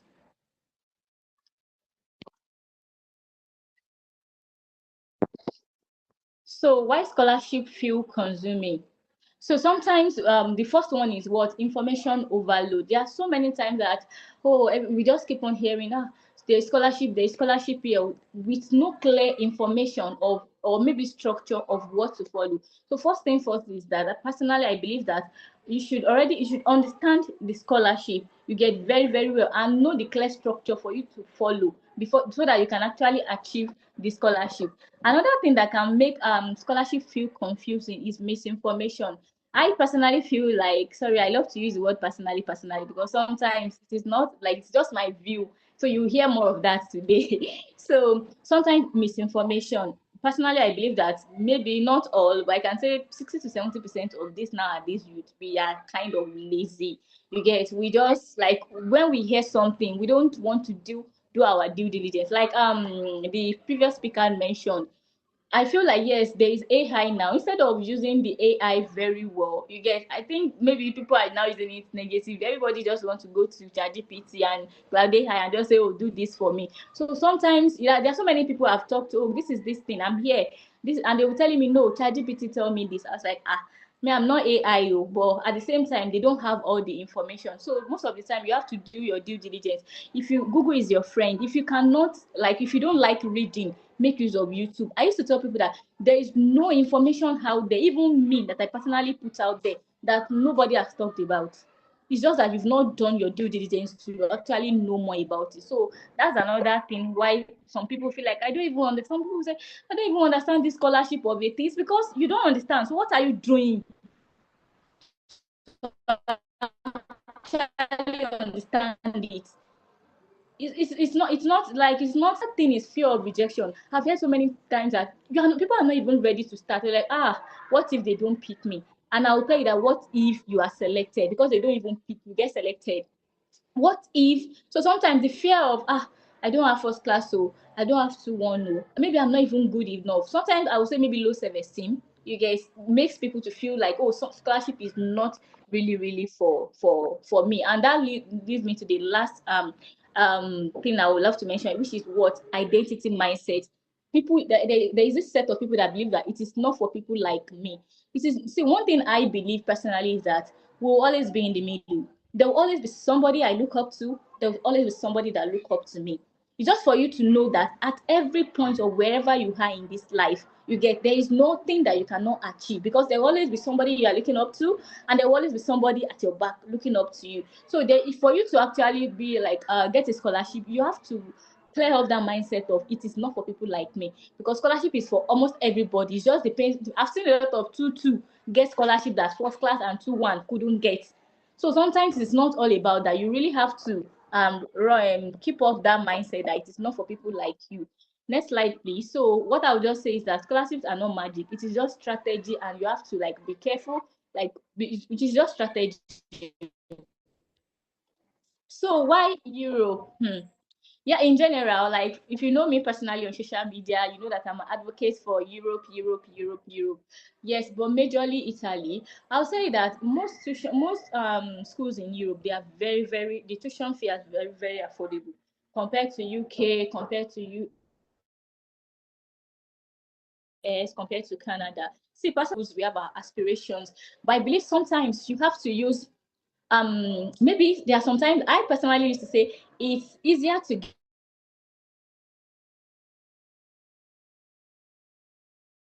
get to UK, okay, US.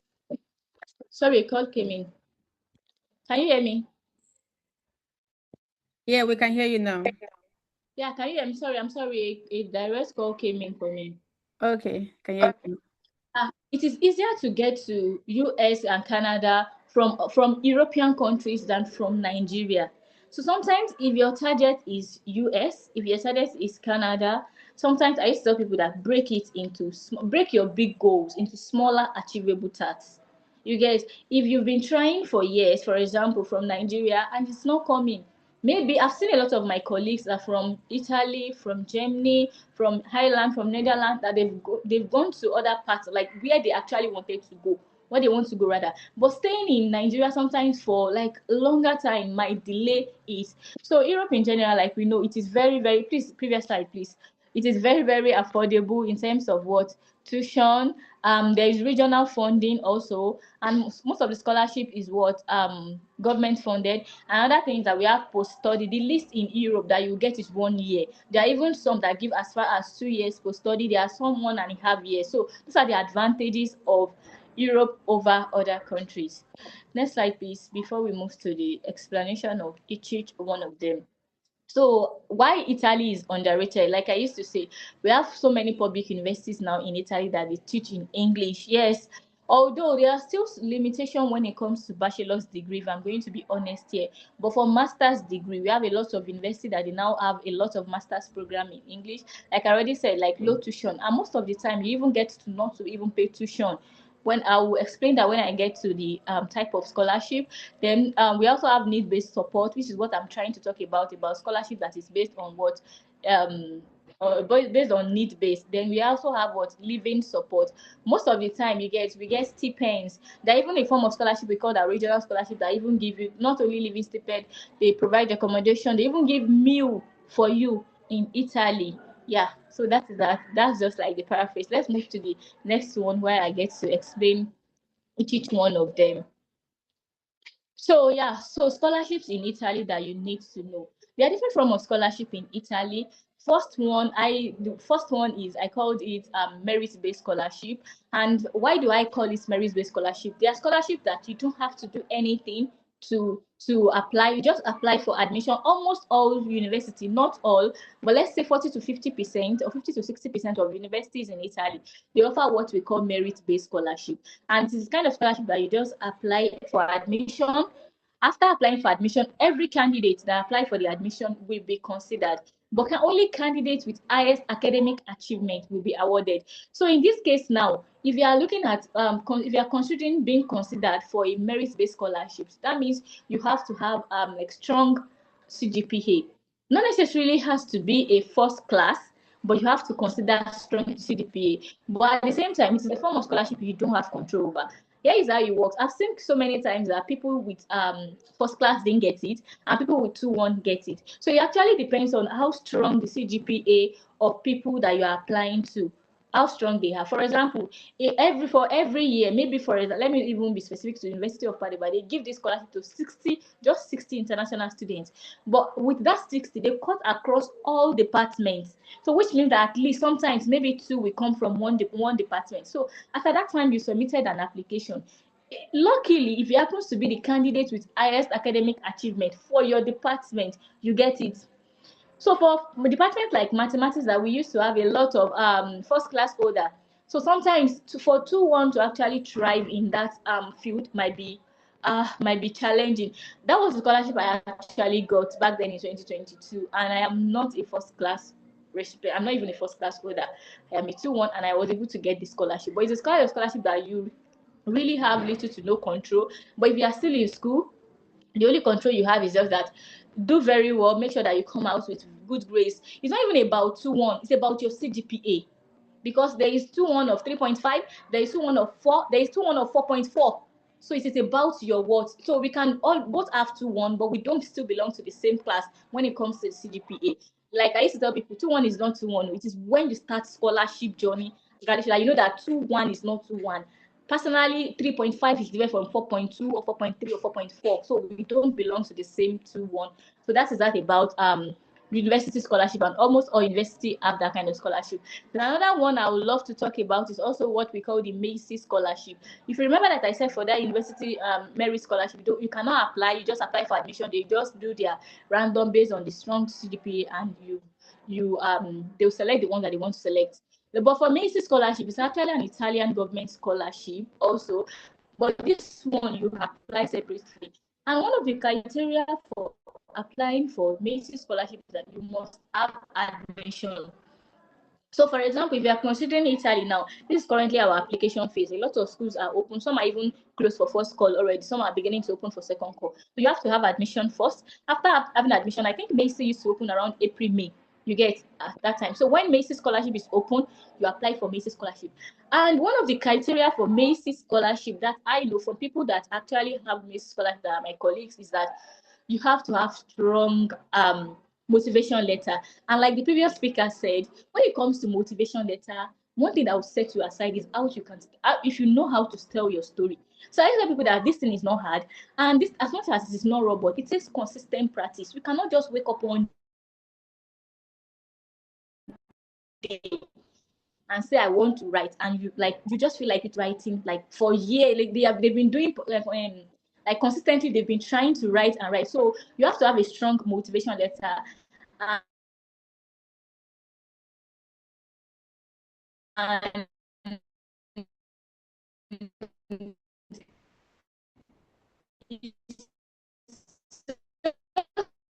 about, like I used to say, so motivation is about, it's not mostly about what is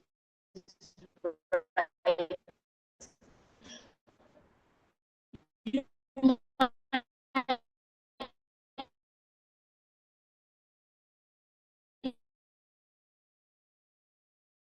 even have all the experience.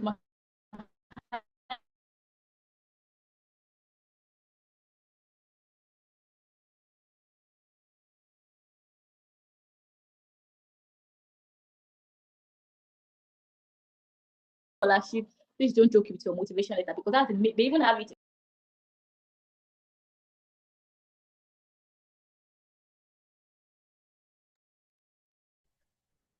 Let's forgive the European internet. Okay, she's back. Can you hear me now? Yes. Okay. I think so that's my network. Apologies for that. So the last form of scholarship. It's cracking. Okay, I'm coming. Okay. How about now? Okay, yeah, better now. Okay. Sorry, apologies for that. So the last form of scholarship, which is the regional scholarship, is the kind of scholarship that I personally called the scholarship for the masses. Like, it's almost everybody that can actually get the scholarship. Almost everybody can apply for the scholarship. It's actually a scholarship that is given to people from low-income family. And luckily enough for us, Nigeria is one of the country on their eligibility list that you can actually apply for the scholarship. So it is this kind of scholarship, we call it regional scholarship. It's a need-based scholarship that is given to people from low-income family.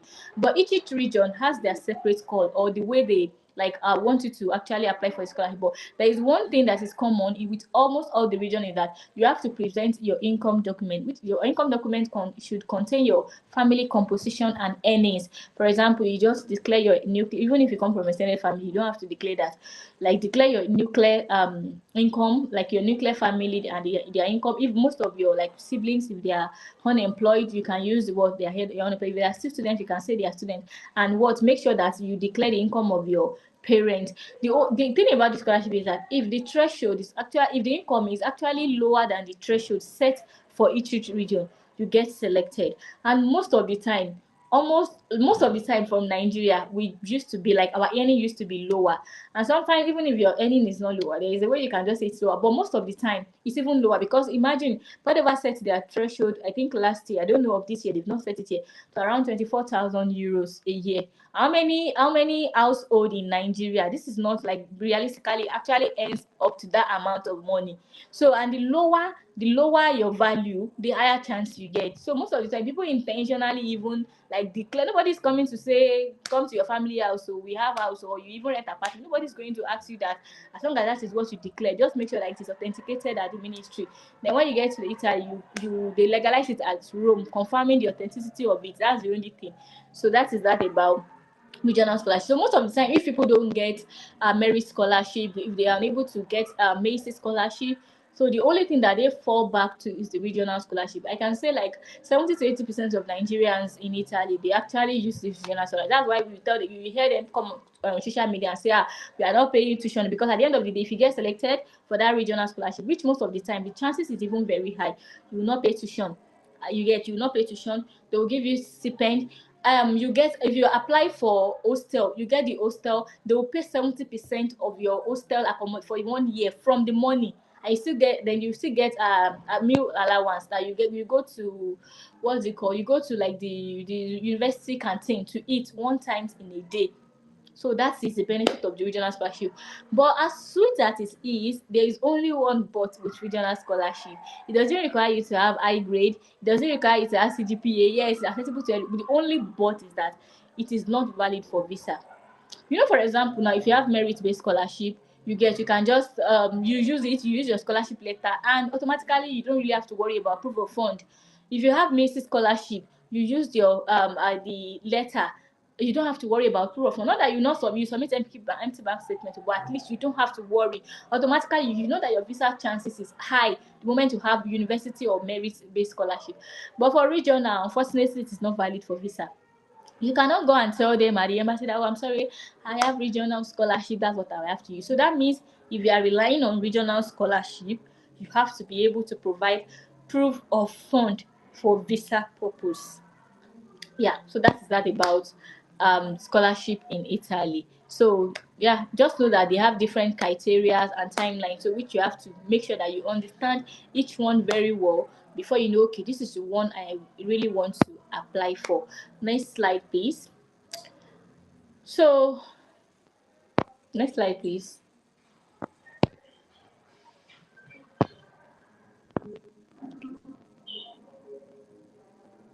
I have moved to the next slide. It's not showing here, maybe my network. I can still see Yeah, scholarships in Italy. yeah, it has not shown. So go to slide 7. We are still in slide 6. Okay, on my screen, I'm currently on slide 7. Okay. Oh, okay, we can see 6 from here. Maybe you share and share again.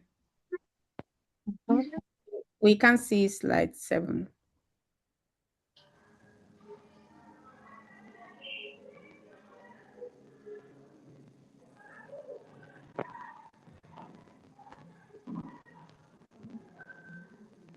Can you see it now? It's still showing this. Coming up. It's coming up. How about now? Not yet. Oh, wow. There, let me try to find this. Yeah, I'll try to look for it as well from my end. Let me try to log into my email.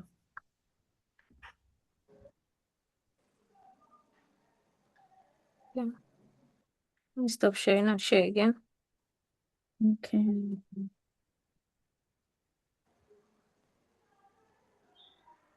Okay.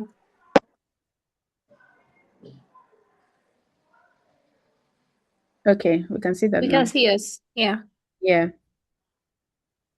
So beyond Italy, for people that might not really be interested in Italy, yeah, there are other form of scholarships too in Europe that I feel like they are popular also, that we all know about. For example, the first one is Erasmus Mundus scholarship, and which is mostly Erasmus is actually the kind of scholarship that allows you to study in 2 to 3 European times. It is available to people that want to apply for master's program. And another good thing about Erasmus is that most schools in Italy also allows you, even if you don't get an Erasmus scholarship, there is a way you can, after getting admission to Italy, if you want to do your second, like your second semesters or second year in other European countries also, you can even still apply for Erasmus, you get, and you now go on it. And if you don't want to go and do second semester, you can go and do internship. Another thing I strongly used to advise people for is that when you come to a country that is not your country, don't just get comfortable. Yes, people are doing well in Italy. The opinion that explore other places, that place that you see as, oh, I'm doing well, I'm like, it's like a comfort zone already. So the moment you try to go to other parts of Europe, you might say, oh, I like it. Yoruba will say, a married woman cannot say this is the husband house that is okay if you've not tasted too.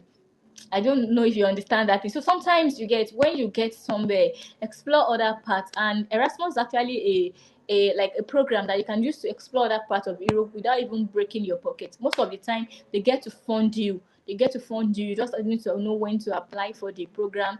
You go and study in another European country. You go for internship there, and you still get funded. So it gives you exposure to other European countries.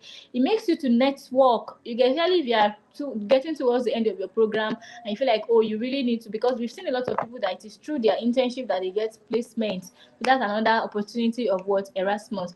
Then we have the DAD scholarship, the DAD scholarship for what Germany. It's actually a very good scholarship also, in which you get to study for free at the end of the day, and you still get what stipend. The EFA scholarship is for people that are interested in France. Also, then the Swedish scholarship. So one thing I want you to know is that all of these scholarships, that they have their own criteria. I'm sure that they are not even new to majority of us that are in this scholarship journey. You should have, even if you don't know the full details about them, at least one or two things the moment you see them come on the screen, that okay, this kind of class, this is what it requires. So you really have to understand what the scholarship requires before you actually apply. The another thing now I love to tell people is that, see, when you understand what you really want to do, even if it takes you a year, that's where the structure comes in and the strategy. Okay, for example, let's assume I want to apply for Erasmus scholarship. What are the requirements? Do I have? I've seen colleagues that it takes them 2-3 years, and they are currently Erasmus scholars. So sometimes it's not about do it. It's not a walk in and get it straight. Some of the time, I'm not saying it has to be it has to take years for almost everybody, but sometimes understanding what you want to do and how you intend to actually achieve it makes it easier for you when it comes to this scholarship. There is no scholarship that is not achievable for you, as long as they are not saying, oh, you have to have CGPA of this and you're already out of school. You don't have that. That's the only thing. But aside that, it's just about understanding the scholarship, what are the requirements, and how do I personally intend to move so that I can get the what scholarship. So that is that about, like, I just decided to mention few, like a lot of scholarships in Europe that are not even here. Just this is just few, and this is one of like the common one that we all know. Next slide, please.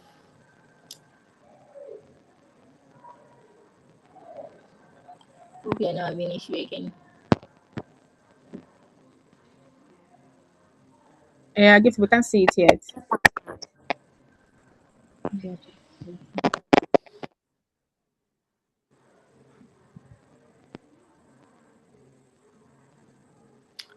So before you apply, I decided to put this thing. I feel like I've already explained this, but let's just run through it already. So before you apply for any scholarship, this is just a slide for you to understand that, am I eligible for this scholarship? Is this scholarship for me? So just in case, when you get to their website, these are the few things you need to like ask yourself for you to know who funds it. Is it a government scholarship? Is it university, or is it private? What does it cover? This is also very, very important, because some of them will just say they waive tuition without giving you money. So it is not every scholarship. If you just see scholarship, you just feel like automatically they are giving you money. So you really need to take your time and read what it actually covers. And there are some times that there are some scholarships are not eligible. Like you cannot combine it. If you are currently on a particular scholarship, you don't have access. Excuse me, you don't have access to other funding. So you really need to understand, does this scholarship requires me at the end of the day, after I am done, to actually go back to my home 3? Does it allow me to stay here? Can I move? So you really need to understand this is a scholarship I really want to go for, and that also should go with your goals. Like, what do you really want to do? Also, then who is eligible? You really have to consider that. Yes, the nationality. Yeah, for example, now the current island government scholarship that is currently open now, two nationals are not eligible to apply, which are what, Russian and Belarusian or something. They are not eligible to apply. So you really need to take your time off. So before you even waste your time on scholarship, you have to know, is your country part of the scholarship? For example, this invest in your talent IYT scholarship in Italy. Nigerians is no more on the list for us to apply. So imagine now you don't know, you just feel like, oh, I invest in your talent scholarship in Italy, and you went ahead to apply. It's just like you're wasting your time because Nigeria is not even eligible to apply. Then you have to understand academic level also, field of study also, and the requirement. The academic level I've already what's like explain it. Sometimes there's some scholarship that say, okay, you have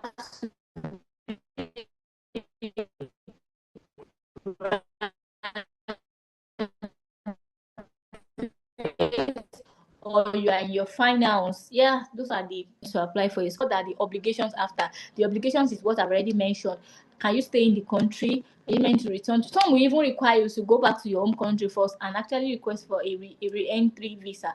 So you have to really, really understand all of that to actually like apply. Then there's something I mentioned here, like guaranteed scholarship or payment required to secure a scholarship is a red flag. I've seen like thousands of people in my DM so Arike, can I pay you to help me get scholarship?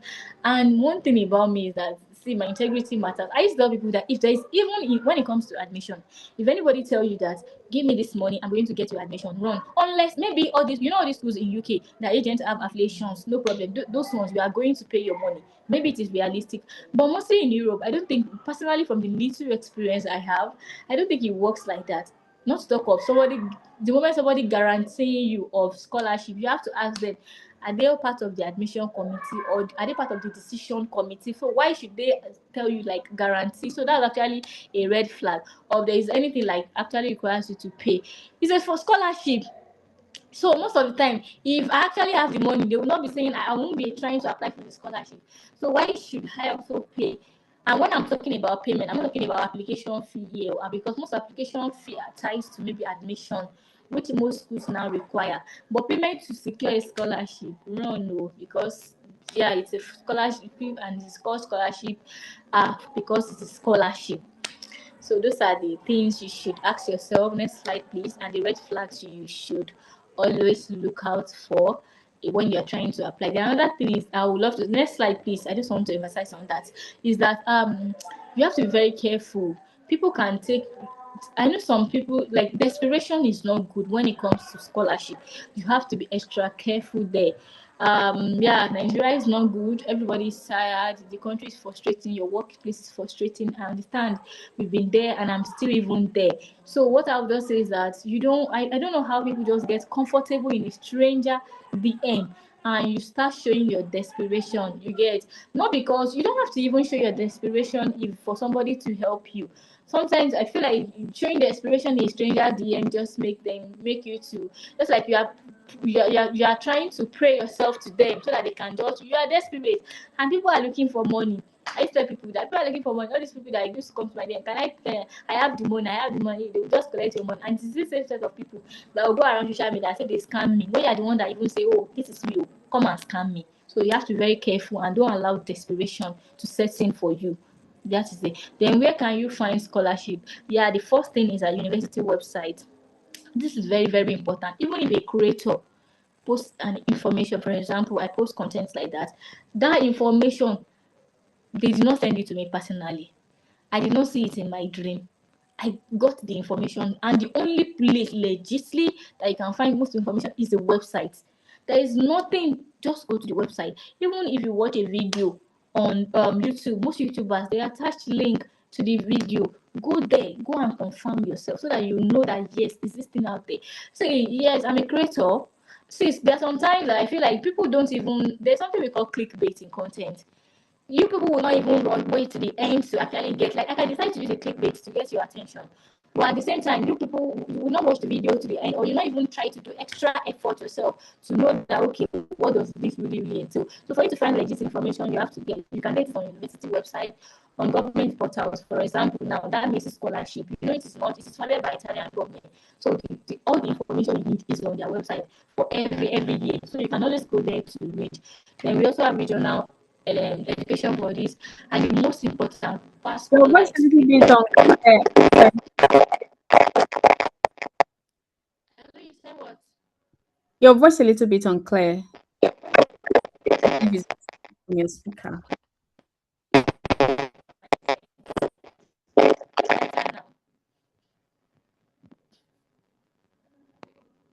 Is it better now? Yes. Yeah, it's better now. I'm not sure it's better because your response is still cracking here.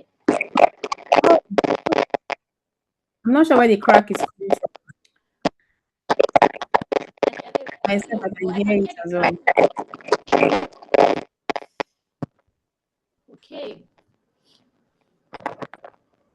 How about now?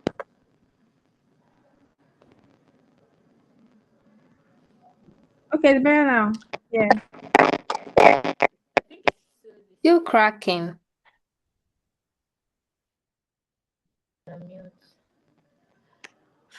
Good. Network.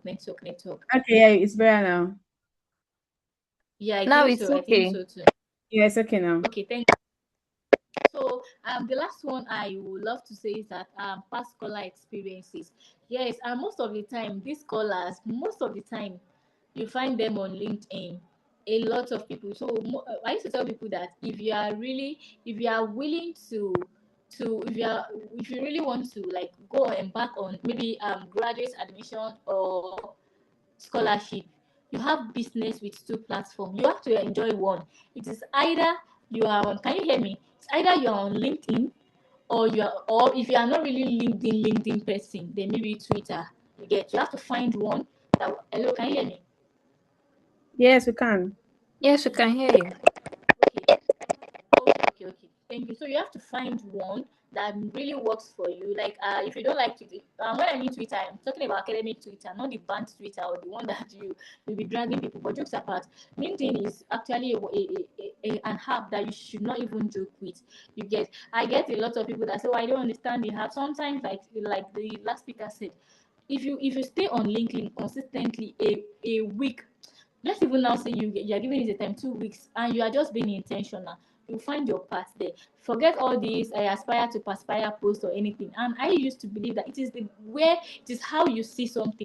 If somebody come and share their story now, if you are reading it from the angle of aspire to perspire, you will not understand the app. Why are you not reading it from the angle of being inspiration? I feel like, oh, this person is doing it. It's just like language. So it just depends on the angle as if you are actually viewing somebody's story for. So you have to like be present on LinkedIn because many scholars share their experience. There are even some scholarships that you don't even know that they exist. But when people actually get the scholarship, they come on to LinkedIn to share their story. So from there, make meaningful connections. Get, and when I'm talking about meaningful connections, we are sending somebody DM for the first time. Resist from hi, hello, or how are you? You have no business with that. Even if they are not fine, what concerns you? Like, are you their family? Are you their friend? So why are you entering somebody's DM for the first time and you are saying hello, hi, you're waiting, or good morning? Like, introduce yourself, greet them normally. Hello, hi, my name is. Introduce yourself. If you want to congratulate them or I found your information, drop a detailed information. I used to tell people that the people that get response from me personally in time is when you draw a clear message. I'm a very busy person apart from social media. People have life. Imagine now coming online when I now decide to feel like, okay, let me even check my DM and asking, hello, fine girl, hi, hello ma, salam alaikum. It's just like a waste of time. It's not that people are forming, people are busy. Anybody that is busy will not even respond to that kind of message. So our communication skills also really matters. We really need to improve on that because a lot of people have like they've lost opportunities because they don't have the proper communication skills.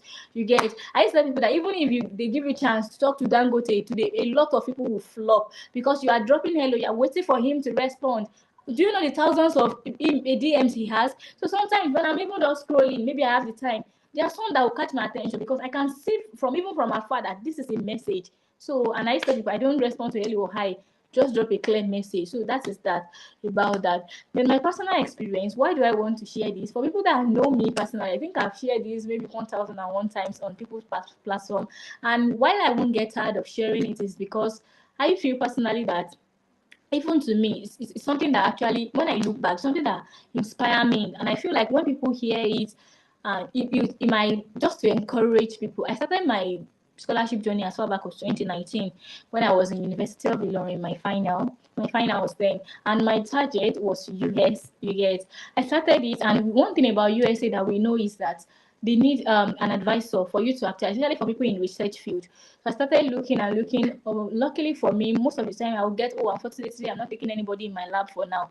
So luckily for me in 2020, I got one at Kentucky State University, and I was so happy. So the professor, I think I got it in the beginning of the year, and the professor told me that okay, by June you should get, like, we should now start talking, like we already know what we want to do, the projects we want to do together. But the global pandemic came, and that was the last time I heard from the professor. Up till now, I didn't know what happened to him, because he's the kind of person that he always responds to my DM, to my emails rather. So I was even concerned. The only thing I used to console myself up till date is that maybe we lost him to COVID, because I went to his research website. I couldn't get any updated information. It was just what was there. You get, and I couldn't get the information maybe that said maybe he actually passed on. So, and that makes me to actually enter the scholarship market. I thought I was already, I have somebody already. Not that during that time, meanwhile, I was applying to different schools also. Not that I wasn't getting admission, but I was looking for a scholarship because I knew that was the only way I could actually achieve that dream. So most of the admission were not coming with scholarships, so I had to keep on pushing and everything. Then suddenly one day, then before I actually got a University of Ewhubare scholarship, there was not a time. The other thing I would love to mention is that in this scholarship journey, please find an accountability partner. It's a journey that can be tiring. Find somebody that you guys share same goals, that really want it, that is hungry for that thing as much as you do. Because to get to a point that your morale might be low, the journey is not easy. Let's not lie. Do you know what it means to keep on getting rejection letter, rejection email back to back? So we are human. It's normal for you to feel like, oh, I'm tired. But when you have somebody that is hungry for that same success, the time your own morale is low, the person is on his high. So you have to find an accountability partner. God bless. There is one of my friends then that we were doing it together, and we now applied to. You now said there is this one Unisalento scholarship. So we applied to the scholarship. She told me that she got a response that for the, like, I think we did from our like application submission. I think I had 27 out of 30. So I was like, I got to the interview stage. So she told me that she got email for interview. I was like, I didn't get the email. I was checking. I feel like maybe they didn't pick me. But the girl was like, because she was curious, because at that time I even had higher mark than her, and she got email for interview, but I didn't get the email. So she went for the interview. I didn't get it. I was not looking. And this thing I'm saying, I think it was around maybe 2021 or 2020, maybe 2020 ending. Yeah, ending of 2020. So after the interview, tell me after she got selected, and yeah, that was how she was able to leave Nigeria. And now we were too trying to do this thing together. Do you know how that one means for me? So it really made me feel bad. It was even that I felt like I'm tired. Maybe I'm not even meant to leave. So it is normal to take a break, but please don't give up. Like here, we don't give up. It is normal for you to set back and take a break sometimes. And when you're taking a break, don't take too long break, or 2 months, 3 months. Before you know it, that's why you just feel like you just get comfortable and you stop chasing that dream. So tell me, 5 days after the interview, I don't know what I was looking for in my spam folder in email. That was why I now saw the interview. It was in my spam folder. That day I cried. Like, I mean, I crowed. It's not even, I wailed. I cried because I felt like I knew that if I made in that interview, I know I'm going to, like, yeah, I should get it. I even tried to make them, all these people now, they've already moved now. The number of people that they interview. So that was how the opportunity, like, I lost the opportunity. My friend went the day a flight, she was coming to Italy that day. When she called me after that call that day, that night, she actually took a night flight. I cried, not because I was not happy for her, but because I am human and I felt like we could be doing this thing together, and this is the person that we are doing together. Now she has left. I cried. But another thing I would love to say, I'm the kind of person that genuinely I'm always happy for people. Like, genuinely, I'm just that kind of person. I knew that there was one thing I did that night, I'm a Muslim, so I prayed. I just did admission, ablution, and I prayed, and I used her as a point of contact that night. That God, she left around December. School opened in October, but she didn't leave in time due to one personal reason for her. She left around December, and I knew that the only thing I was doing, why I couldn't pray, that I was just crying, because I'm human. But I was telling God that this next year, December, I don't want to be in Nigeria. I don't know how you get. So it was going. So I think there was one day where I was working at that time. I was already frustrated. I was working in one company in Lagos then. So there was now one day I was just frustrated at work. You know how colleagues can be. So I just decided to go online. Google is my own friend though. See, that's why I used to say sometimes I don't understand all this. I'm not saying AI is not good. If there is anything, I just go on Google, because that was how I did while I was in school. There was no AI during our time. So Google is my own friend. So I just searched university offering, you get aquaculture. That's what I used to do then. It's not like now that you know how to narrow your search. And before I knew it, this University of Padua now came up. Automatically, I just scrolled through it and everything. That was how I saw that I'm a great fit for this. And one thing about being in this scholarship journey is that when you've been doing it for years, you already understand some of these things. You get, I just feel like I have my CV. So immediately I see that they will open very soon. So when they opened, I just submitted my application within first week. I think in 24 hours, I got a notification that my application passed first evaluation stage. People that applied to Padova will know that. I was like, okay, this is looking well. But particularly, one of the reasons that made me to apply for it was I went to read about the scholarship. And I already see that, okay, despite the fact that I knew that there is no separate application, but looking at the requirement and everything, I felt like, okay, my CGPA is not bad. Who knows? You get, I just decided to apply. And after that, I think after 4 to 5 weeks, I got admission notification that I was given admission. No problem, it's not a new thing. I've had several admission. What about the scholarship? They said it will come out in March. Okay, so we're hoping and praying and waiting for that day. On the day of scholarship, if you see the way I was refreshing my email, because it is only candidates that get the scholarship that they will send email to, then they will publish the list on their website. But I don't know where that zeal come from. But there's just that thing, that told me from the beginning. I came across that school that this one is for you. See, I'm the kind of person that I'm not really. This is not a matter of maybe you are spiritual or you're not spiritual. See, I believe that in this scholarship or admission journey, even as an adult, don't joke with your God. Don't play with your intuition. Like when something speaks, I don't believe in all this. You are going to church, you are going to, but when something speaks to you, like don't take chances. Like jump on it and do that thing. So I think around past 12 or something, I was in our code room. I just, now somebody that's already expecting email. So at every pop up on I was checking my phone immediately. So when I just saw the pop like that, see, I've not even read the message. I just saw the congratulations you have been. Oh my God. See, I don't know. I'm not sure I've experienced any, like I have so many happy day of my life, but that day, you get, because see that it is just that one email that changed everything. So that was how I got the scholarship. So sometimes when people ask me how did you do it, I'll just say pray for grace.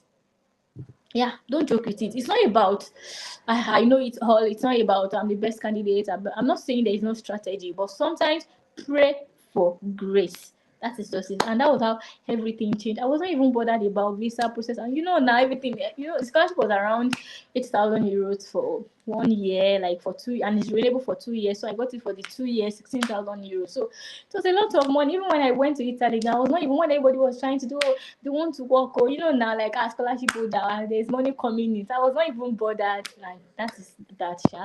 So what do I want you to pick from this all the story why I narrated this is that sometimes it takes time for some people. I started in 2019, I got it in 2020, 22.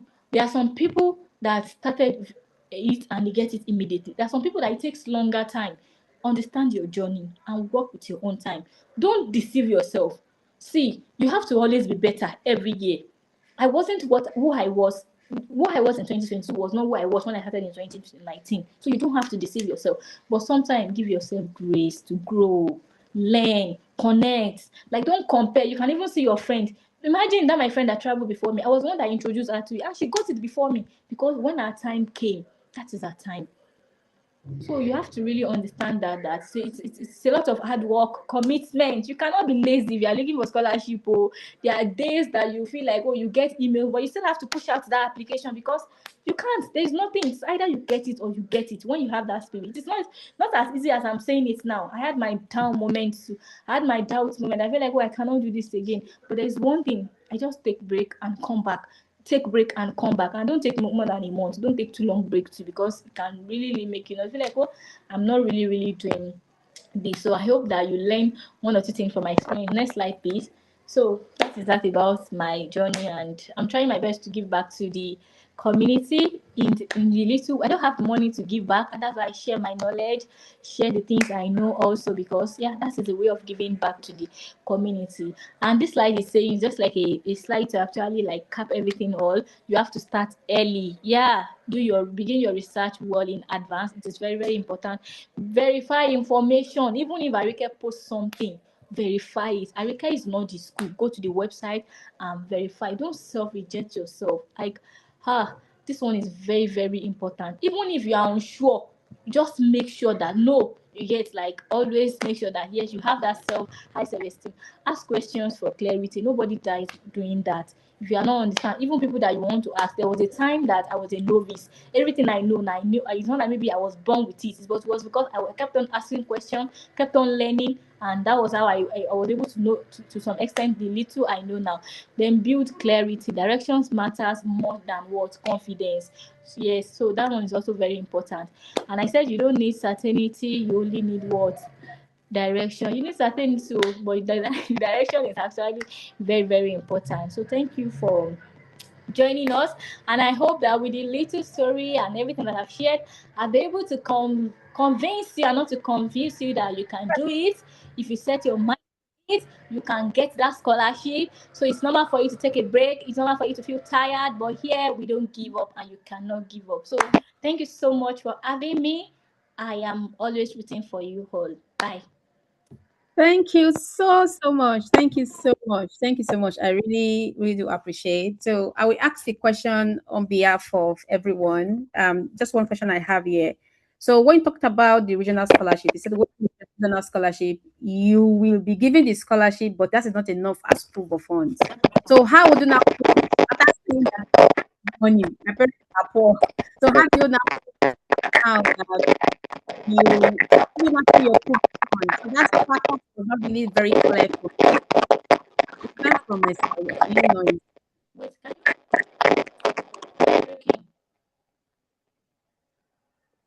Yeah, can you hear me now? you take the question? Oh, Yeah, yes. Okay. My question is, when you talk about the regional scholarship, right? You said that you will also provide proof of funds when you are applying. The internet is, I think the net is breaking again. yeah, it's breaking again. Okay.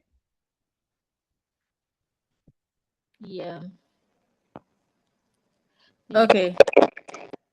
Yeah, I think it's the internet. Okay, no worries. I can ask the question later, and maybe I can share it with everyone later. Because the internet is anyways, thank you so much for your time. We really do appreciate. If any comment, we are able to pick that up and share. We still have one more thing to share before we have to today. So yes, it was really inspiring. Thank you so much for sharing with us. Getting to learn about scholarships in Italy, it's really a good one. So yeah, thank you so much. Thank you so much for sharing. Thank you for having me We also. we can't hear you.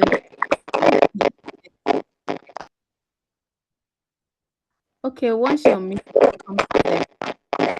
Yeah, Thank it's an you so internet. yeah. I still can't hear you. Next option. Sorry, we still can't hear you. All right. Gift is Solomon. Yes, ma'am, he is. Oh, yeah. Yes, ma'am, he is. Oh, okay. still having issues with. Yeah, maybe we can listen to Solomon while we're trying to get Arike's internet to be back. Solomon, please, do you want to go next? Apologies for keeping you to this time. Yeah, we're having internet issues back and forth today. So sincere apologies for keeping you till now. I can share your slides from my end if you want to go. So guys, meet Solomon. We just want to talk about next step on how we can support you, ScholarWaka, how best we can work with you through our different means to support you as you apply for different scholarships.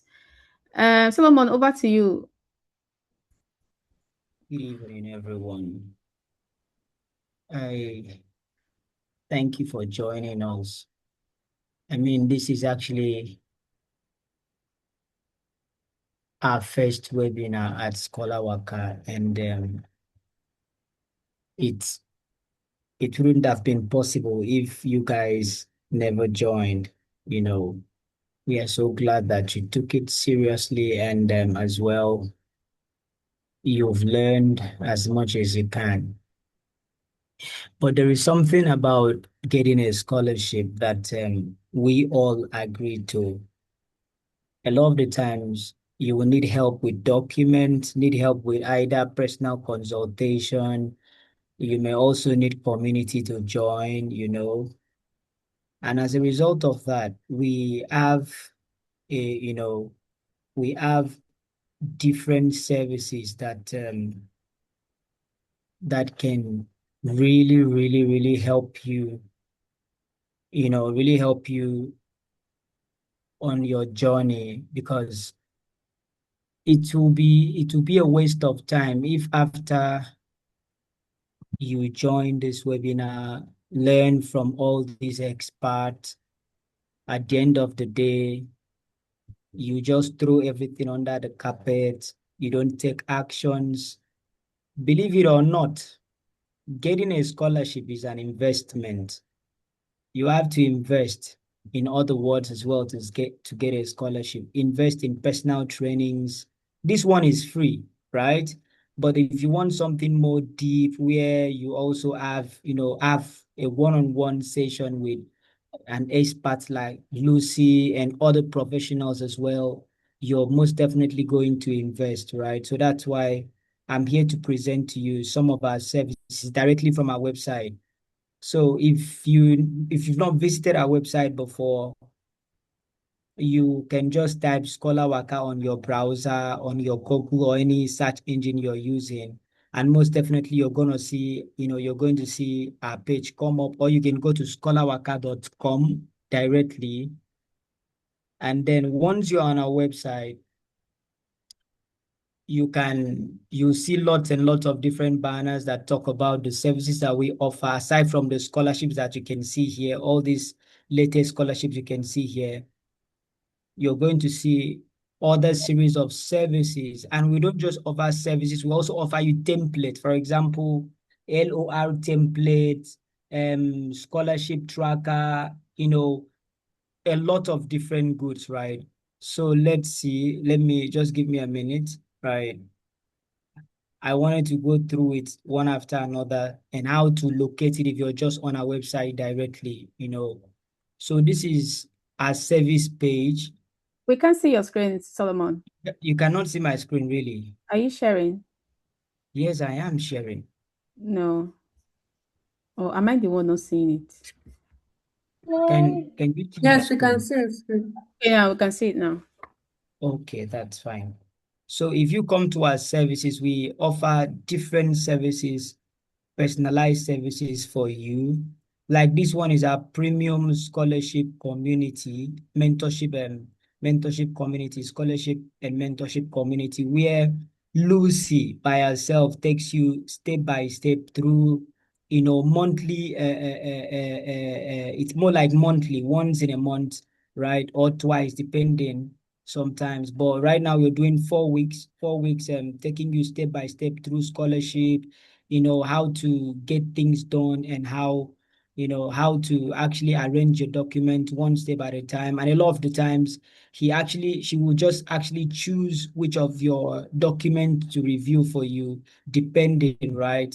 Depending, because we have lots more people joining that particular session monthly. So, because of time and in order for others to learn, she will usually just, take you through just one person's document, the mistakes you're not supposed to make. In this particular session, you can see everyone was presenting a general screen from what they experienced.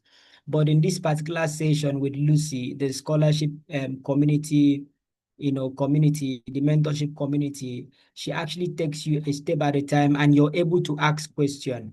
This webinar is just for like an hour or two, right? But on this particular mentorship community, you have time for like 4 weeks. And even after the 4 weeks, you are also added to a certain group where you can communicate, ask your question, and from time to time, Lucy can answer as much as she can, right? And also, there is a one-on-one consultation for 30 minutes, right? We have the one for 1 hour, and we also have the one for 30 minutes.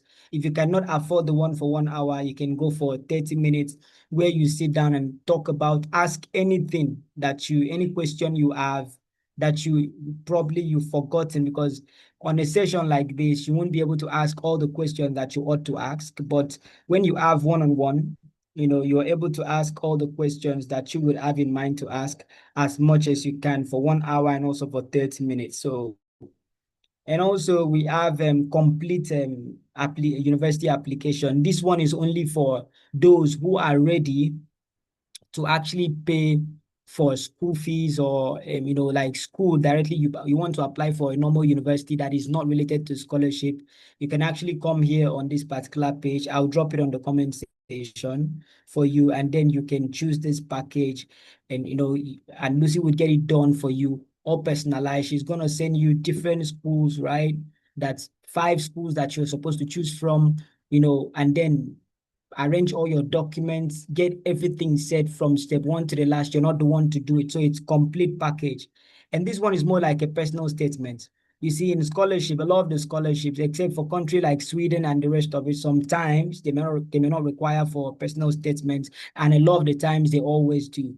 But if you always want anyone to help you write your personal statements, or maybe review as well, help you review your personal statements, you can actually come in here, and then you take advantage of these services as well. I believe it's something worth trying.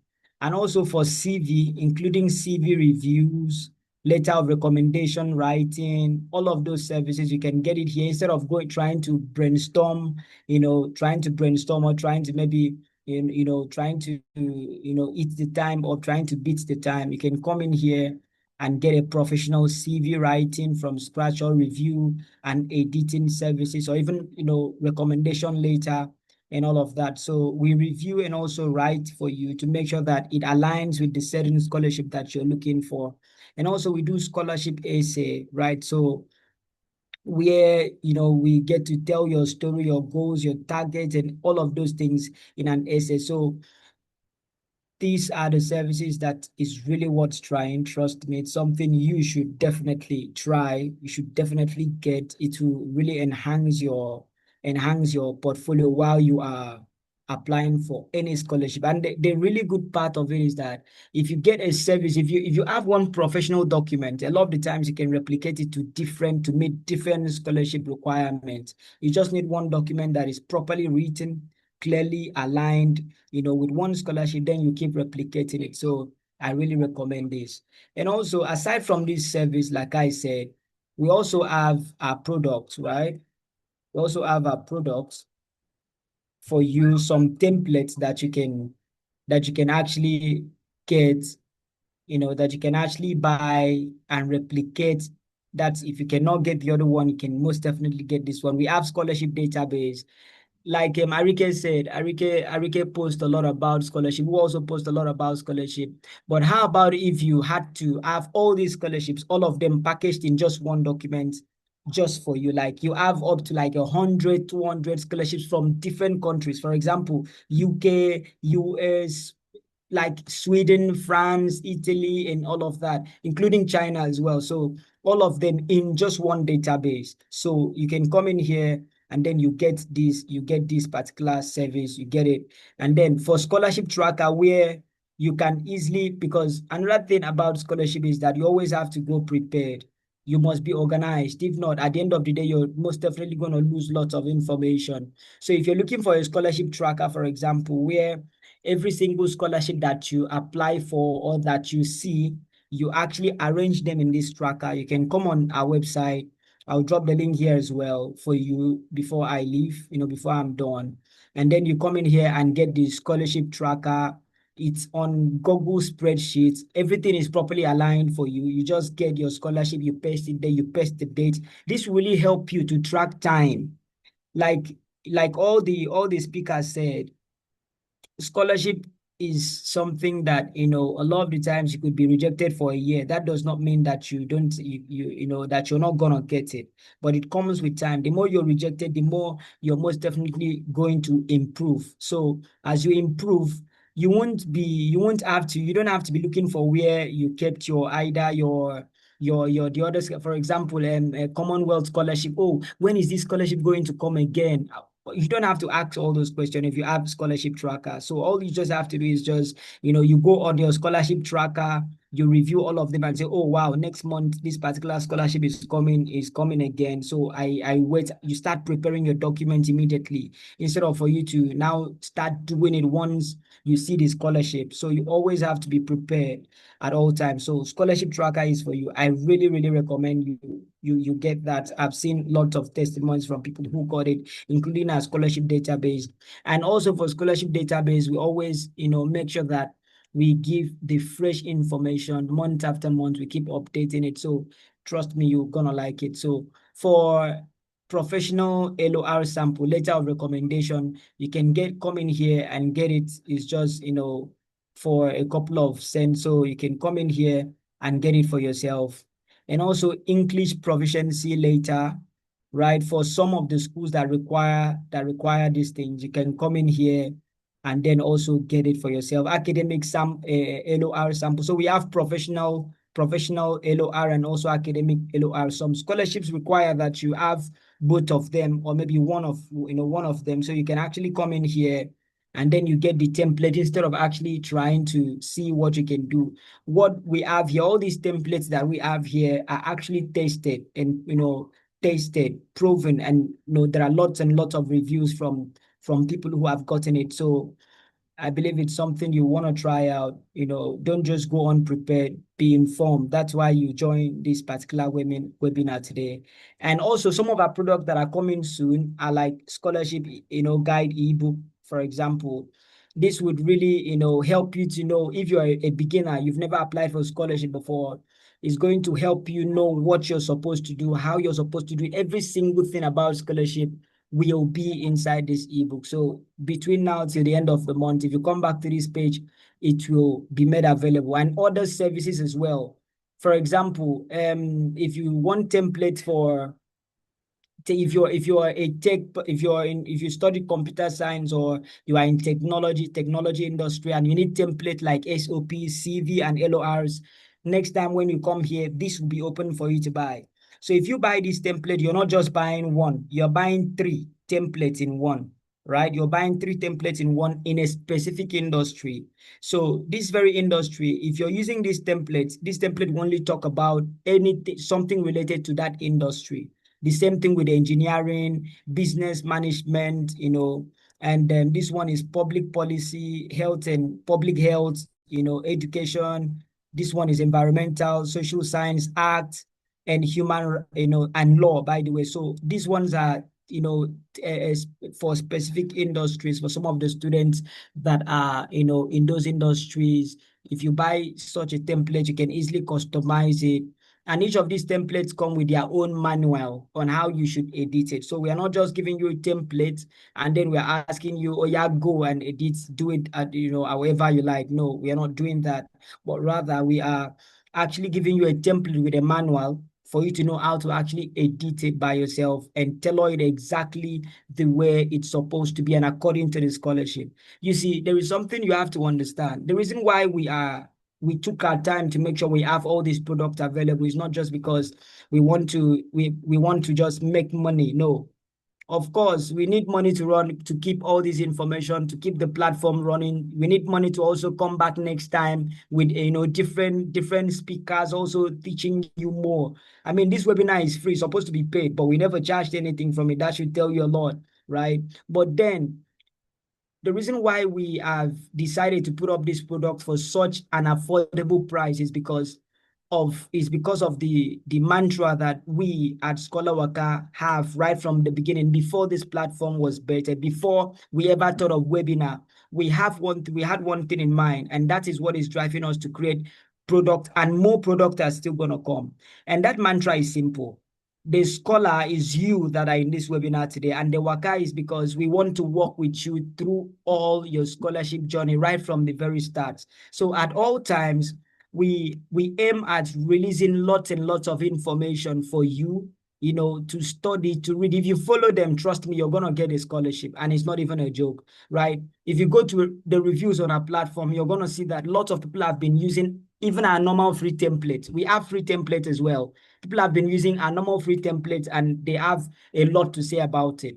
Okay, so in order to find some other, let me drop this here for you. In order to find some other free resources that we offer, you can actually come to our scholarship support page. For example, we have a lot of different information here that can really help you. For example, academic grades or leadership impact, what actually gets you scholarship in 2026. So you can come in here, read this kind of articles. It's really opened your mind to what you're supposed to do. Like this one, how to understand what scholarship committees are looking for. These are guides that will really help you. How to use AI for scholarship research without getting misled. Common reasons scholarship application fail. You can come in here. There are a lot of them. Like how to identify scholarship opportunities. And trust me, these are written by our world-class, editors. They take time. We don't release information. You never see anything that will mislead you in ScholarWaka, to be very honest with you. We take time. Our editors put in so much work every single day and week to make sure that every information released here to you, that is posted here, that is published here for you to read, they are the right information. So we are not here to mislead you. We are not just like any kind of platform that we are just looking for. In fact, we are not running ads on our platform. That's to make sure that you don't come here and you feel like, oh, we are actually pressuring you to actually do different things. In our articles, we actually want you to learn. We actually want you to be focused and get all of this thing done. And that also aligns with, what the CEO of ScholarWaka, Lucy, had in mind before this platform was better. She wanted to give everything back to the, to the community. That's why a lot of the times we have different things we give out for free, to be honest. So we have like, last month before last, before last month, we usually have free consultation every weekend, and we consulted over 100 individuals, right? Some of them never even took it seriously. That's to tell you that even though people are not really appreciating the things that we do, that won't stop us. So for you that really appreciate it, for you that is here today, we want you to come in here, consume all this content, take your time, put it into practice, and then you're definitely going to see results. So I'm really so happy that, that you're here. And I'm really praying to God that he grants your heart desire as you put in the work, because there is something I believe so much, and it's something I say with my team, that you must be prepared in order to get to get an opportunity. Let me give you a little story. This is real. I have written lots of SOPs, LORs for different individuals, students, scholars, across different industries. And there is something that really struck me one time. So we helped a certain individual write some, arrange an academic document, and we submitted it to a university in UK. And to the glory of God, the lady got actually got the admission, and everything was confirmed that she is a perfect fit for that very course and the school. But you know what happened? All the documents we arranged for her, she never took 1 minute to read through the documents. She never took 1 minute to go through even our own profile or even our own story. And listen, not like we were rushing her. We had already given her every single thing she needed, like 2 weeks before the interview. She went to the interview because she was not prepared. She lost that admission. So you don't want to do that.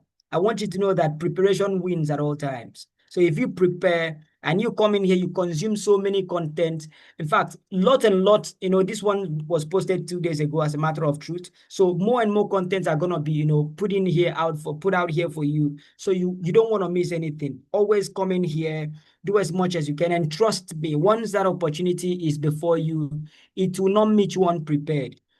And they say opportunity come but once, but I believe in something. If you're prepared for opportunity, when it comes, that one time, you're going to grab it and you're definitely going to win. There is no scholarship that is impossible to win. I'm telling you the truth. If you sit down with everything we have given to you, imagine for 2 days, someone dedicating hours to teach you for free without a dime. Come on now. No one want to do that. I can show you what different professionals are charging right here on this call. I can show you what, in fact, to speak like this, just to speak, they can charge you up to like 300, 400. Lucy is a testimony. Like here, when she was seeking for scholarship, she had to pay, is it 200 pounds? Pounds, not dollars, pounds. It's like 203, 2,300 for £1. She paid 200, a bit 250 for just 30 minutes. And the man never even treated some certain things that were in her heart. So imagine if she's preparing something like this for you, you don't want to just throw it away or throw it under the carpet. If you leave this particular webinar today, I want you starting from now, not tomorrow, right? Starting from now to make sure that you organize yourself, get all these templates, the scholarship database, the tracker, and all those other other services, the template, put all of them together. There are things you can afford, trust me.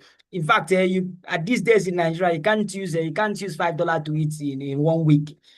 Some of us, we spend more than that, and we do it, we do it without even thinking. It's just, especially these days of OPay and PAMPay, everybody's just transferring. Every minute you're transferring, right? But if you say, oh, every single month I'll get one template according to what I want, then I put in the work, I restructure it. I don't just copy and paste or anything generic from ChatGPT or whatsoever. I take my time and I do all of these things. Trust me, you're going to get a scholarship. Thank you very much for your time. And it's really an honor that I was given the opportunity to present all these services, right here to you. If you have any question, trust me, it's easy to get to us. We are all over the social media space. We are so active. We active like Chivita. I'm telling you the truth. So you can literally go in there, message us. We have a dedicated team. And by the way, you can also join our WhatsApp group as well. Let me also present that to you, right? So you can join our WhatsApp group, stay updated, message the admins if you need a direct contact to a personalized support message, or you need guidance on how to get our services. Is easy. If you just come in here, if you click here, it's going to take you directly to our WhatsApp. Any of these things, in any of our contents, they're all over all our contents. So if you come in here, not just here, by the way, I think there are other places, but you can come in here in any of our content and get access to us at any given time, right? We're always there. Like this is like, imagine this is also our group. So this is like group 2. Group 1 is filled up. You can come to group 2, but a lot of the times, because our group 1 is filled up, you can easily have access to group 2, or maybe group 3 or group 4. But be rest assured that the groups are always open for you. So you can come in here and then join, stay updated, and just win the scholarship. Is really possible. And one thing I always tell my team before I go, let me also tell it to you. Nothing is impossible, trust me. Anytime we want to work on something and everyone is like, yo, I'm not sure I can do it, I don't even accept that there is nothing I cannot do. So if anyone can make an airplane fly, anything is possible. So don't ever think nothing is impossible. So just have that mindset and understand that this journey, you're going to win it. But you're only going to win it if you put everything in place, if you're prepared. So that we've given you everything you need. And we hope that you take it seriously. And lastly, we also pray that God helps you. Thank you very much for the opportunity, and have a really, really nice evening, right? So I'll paste all the links here, right here for you. Thank you. Thank you very much, Lucy. Yeah, thank you so much, Solomon, for your time to share with everyone what we do here. Yeah, we are really way above the time we wanted to end the call, but of course, I know it was the time. Probably, I think we underestimated the time that speakers needs to talk. Maybe future programs are going to extend the times as well for each speakers. But I hope it was worth our time. I would like to actually get live feedback. What do you guys think? It'd be good to get feedback from you guys. Just before I have the floor open for feedbacks, I just want to quickly share my screen to show you guys some of the information that Solomon has talked about. So this is just more like a thank you, and please do where to follow us on all our social media pages. Please where to follow us. We're very active on Twitter, on Instagram, on LinkedIn, on Facebook, on TikTok, and also my YouTube channel as well is in my name. So please do where to follow us. And one key thing I also want to talk about is we're very happy if we can have you guys be our own ambassador. Like you guys know, ScholarWaka is just 1 year old. And what we have done since the last 1 year has been an organic work we have been doing. I and my team have been doing so much to push the work out there. But we need your support to ensure that the work we do here at ScholarWaka goes beyond just you and us. We want more people to see it, and if you contribute or support us, that will be a good way. Now we ask, okay, how do you support? The way you can support is for you to share our content. If you have, even if you have 1, 2, 3 followers or persons on your page, you can also talk about ScholarWaka. Of course, you are benefited from what we do. So please do it to support us and be our ambassador. But if you want us to have a catch up about that, you can also reach out to me. And also, for those who were able to wait to the end, Solomon mentioned something about how you can join our WhatsApp group. So if you are ever wondering how you can speak to me, or you have a quick question for Lucy, if you join our WhatsApp group, which is always on any of our posts on ScholarWaka website, if you join our WhatsApp group, just look for the UK admin number. So once you see a +444 number, that's me. Okay, you can always reach out if you have like any quick question to ask. But like I said, we have the goal we have here is for us to support you to ensure that you have everything you need for you to bank your scholarship. You've heard from all the speakers, it is not magic. That we as ScholarWaka does not mean that you are going to get the scholarship, but it needs you to put in the work. It took me 3 years before I got a scholarship. It took Solace, yesterday's speakers, it took her 2 years. It took Benedicta almost 3 years as well, and then Arike almost 3 years. So, but some people, I know someone who got scholarship in 1 year of trying to win scholarship. So it varies for different persons, but the goal is we are here for you to come sooner so that you get the right information and everything you need for you to get started. Sorry, But Lucy. okay. Sorry, I just dropped all those links on the comment section right now. Yeah. So for all the Okay. things I showed yet, our product services and guides for you, right? Thank you. So I have to go now. Okay. All right, no problem. Thank you so much. So, any last questions before we wrap up for today? If you have any question, just raise up your hand. I'm also very happy to get 1 or 2 feedback, like live feedback. We're going to send you guys email to give us your thoughts or your feedback about the session so we can improve it in the coming webinar. The plan is for us to have this webinar every quarter. So in 3 months, we're going to have another webinar as well. We're going to invite different other speakers from different parts of the world who have also applied and won different scholarships. So let us know what your thoughts are. We're going to share the survey with you guys to fill for. But I'll be very happy to get 1 or 2 persons who wants to give us a live feedback. Is there anyone who wants to give us a live feedback? Even if you say, Lucy, thank you, I think that's enough for me. But ScholarWaka, thank you, that's enough. Anybody want to give us a live feedback or any question at all? But if there's none, yeah, we're going to call it a day. But I just give it another 1 minute if anyone is happy to come up. Okay, there's no one. All right. Thank you all so much for your time. And I hope these 2 days and 3 hours each day was worth your time. I hope it was really worth your time. And thanks so much to my amazing ScholarWaka team. We took us over 2 months to plan this event, looking for speakers, the right speakers for you guys. It was really a whole lot of work, but we are happy that we're able to pull this through. And I hope that it was worth your time and you learned a lot. And now you know how you can get me. If you need any personalized support, personalized guides, just clear step by step on how you can get things done, then you know how to reach us. That's enough for any of our programs. I'll be able to. But sorry, the kids are here.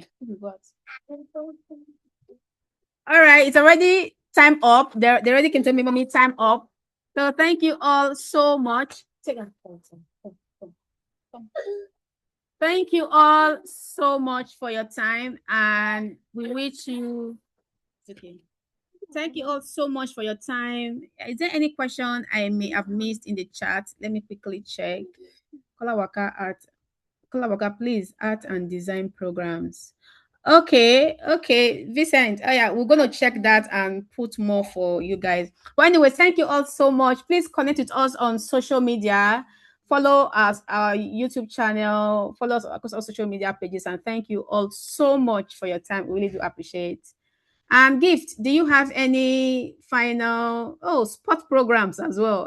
Okay, no problem. So in that regard, are we going to add that if we post any scholarship, trust me, you would. These are some of the things I talk about a lot during mentorship classes, because that's where I can really dive deep into advising different individuals that have different needs. But general advice is that if you have a particular program you have in mind, so here is the strategy. When you see a scholarship, you need to take your time to read or to check if they offer these programs that you want. Because if you do not check, you will not know. Not all scholarship will tell you this scholarship is for program or is for sport, or this scholarship is for art and culture. But I know I have seen several scholarship that connects to sports. Is it criminology or whatever? I've seen lots of programs that aligns to these programs and these questions I'm seeing here. So when you see a scholarship advert, take your time to read, check what scholarship are offering, go to the school's website to see if they have the courses you are looking for. Some of them you may not know on a glance. Take your time to dig, to check. There are lots of scholarship countries on the ScholarWaka website that covers this area of study. Lots of them. So take your time to check them. You're going to see what you're looking for. Okay. I hope that answers your question. Gift, any final words from you, our MC for the day? If not, that's it from my end. All right. Thank you so much, ma'am. And yes, guys, you've heard it all. We have so much to offer our services, ScholarWaka as a community, and our founder too is always available. So you can reach out to her, and she's always here to hear you out, listen to you. And to our amazing speakers who have showed us that all these opportunities are very much possible, that they don't look like it's just a dream. It happens, it's realistic, and it's achievable. So please do not stop applying, do not lose hope, always be confident and put more efforts. Thank you very much, everyone. And with that, we have come to the end of our first webinar. Yay! Yeah. Well then, everyone, thank you so much for believing in us too. All right. See you in our next webinar. And All right. see you on our platform, our social media platforms. Yeah. Have a wonderful evening. All right. Bye, everyone. Thank you. And bye.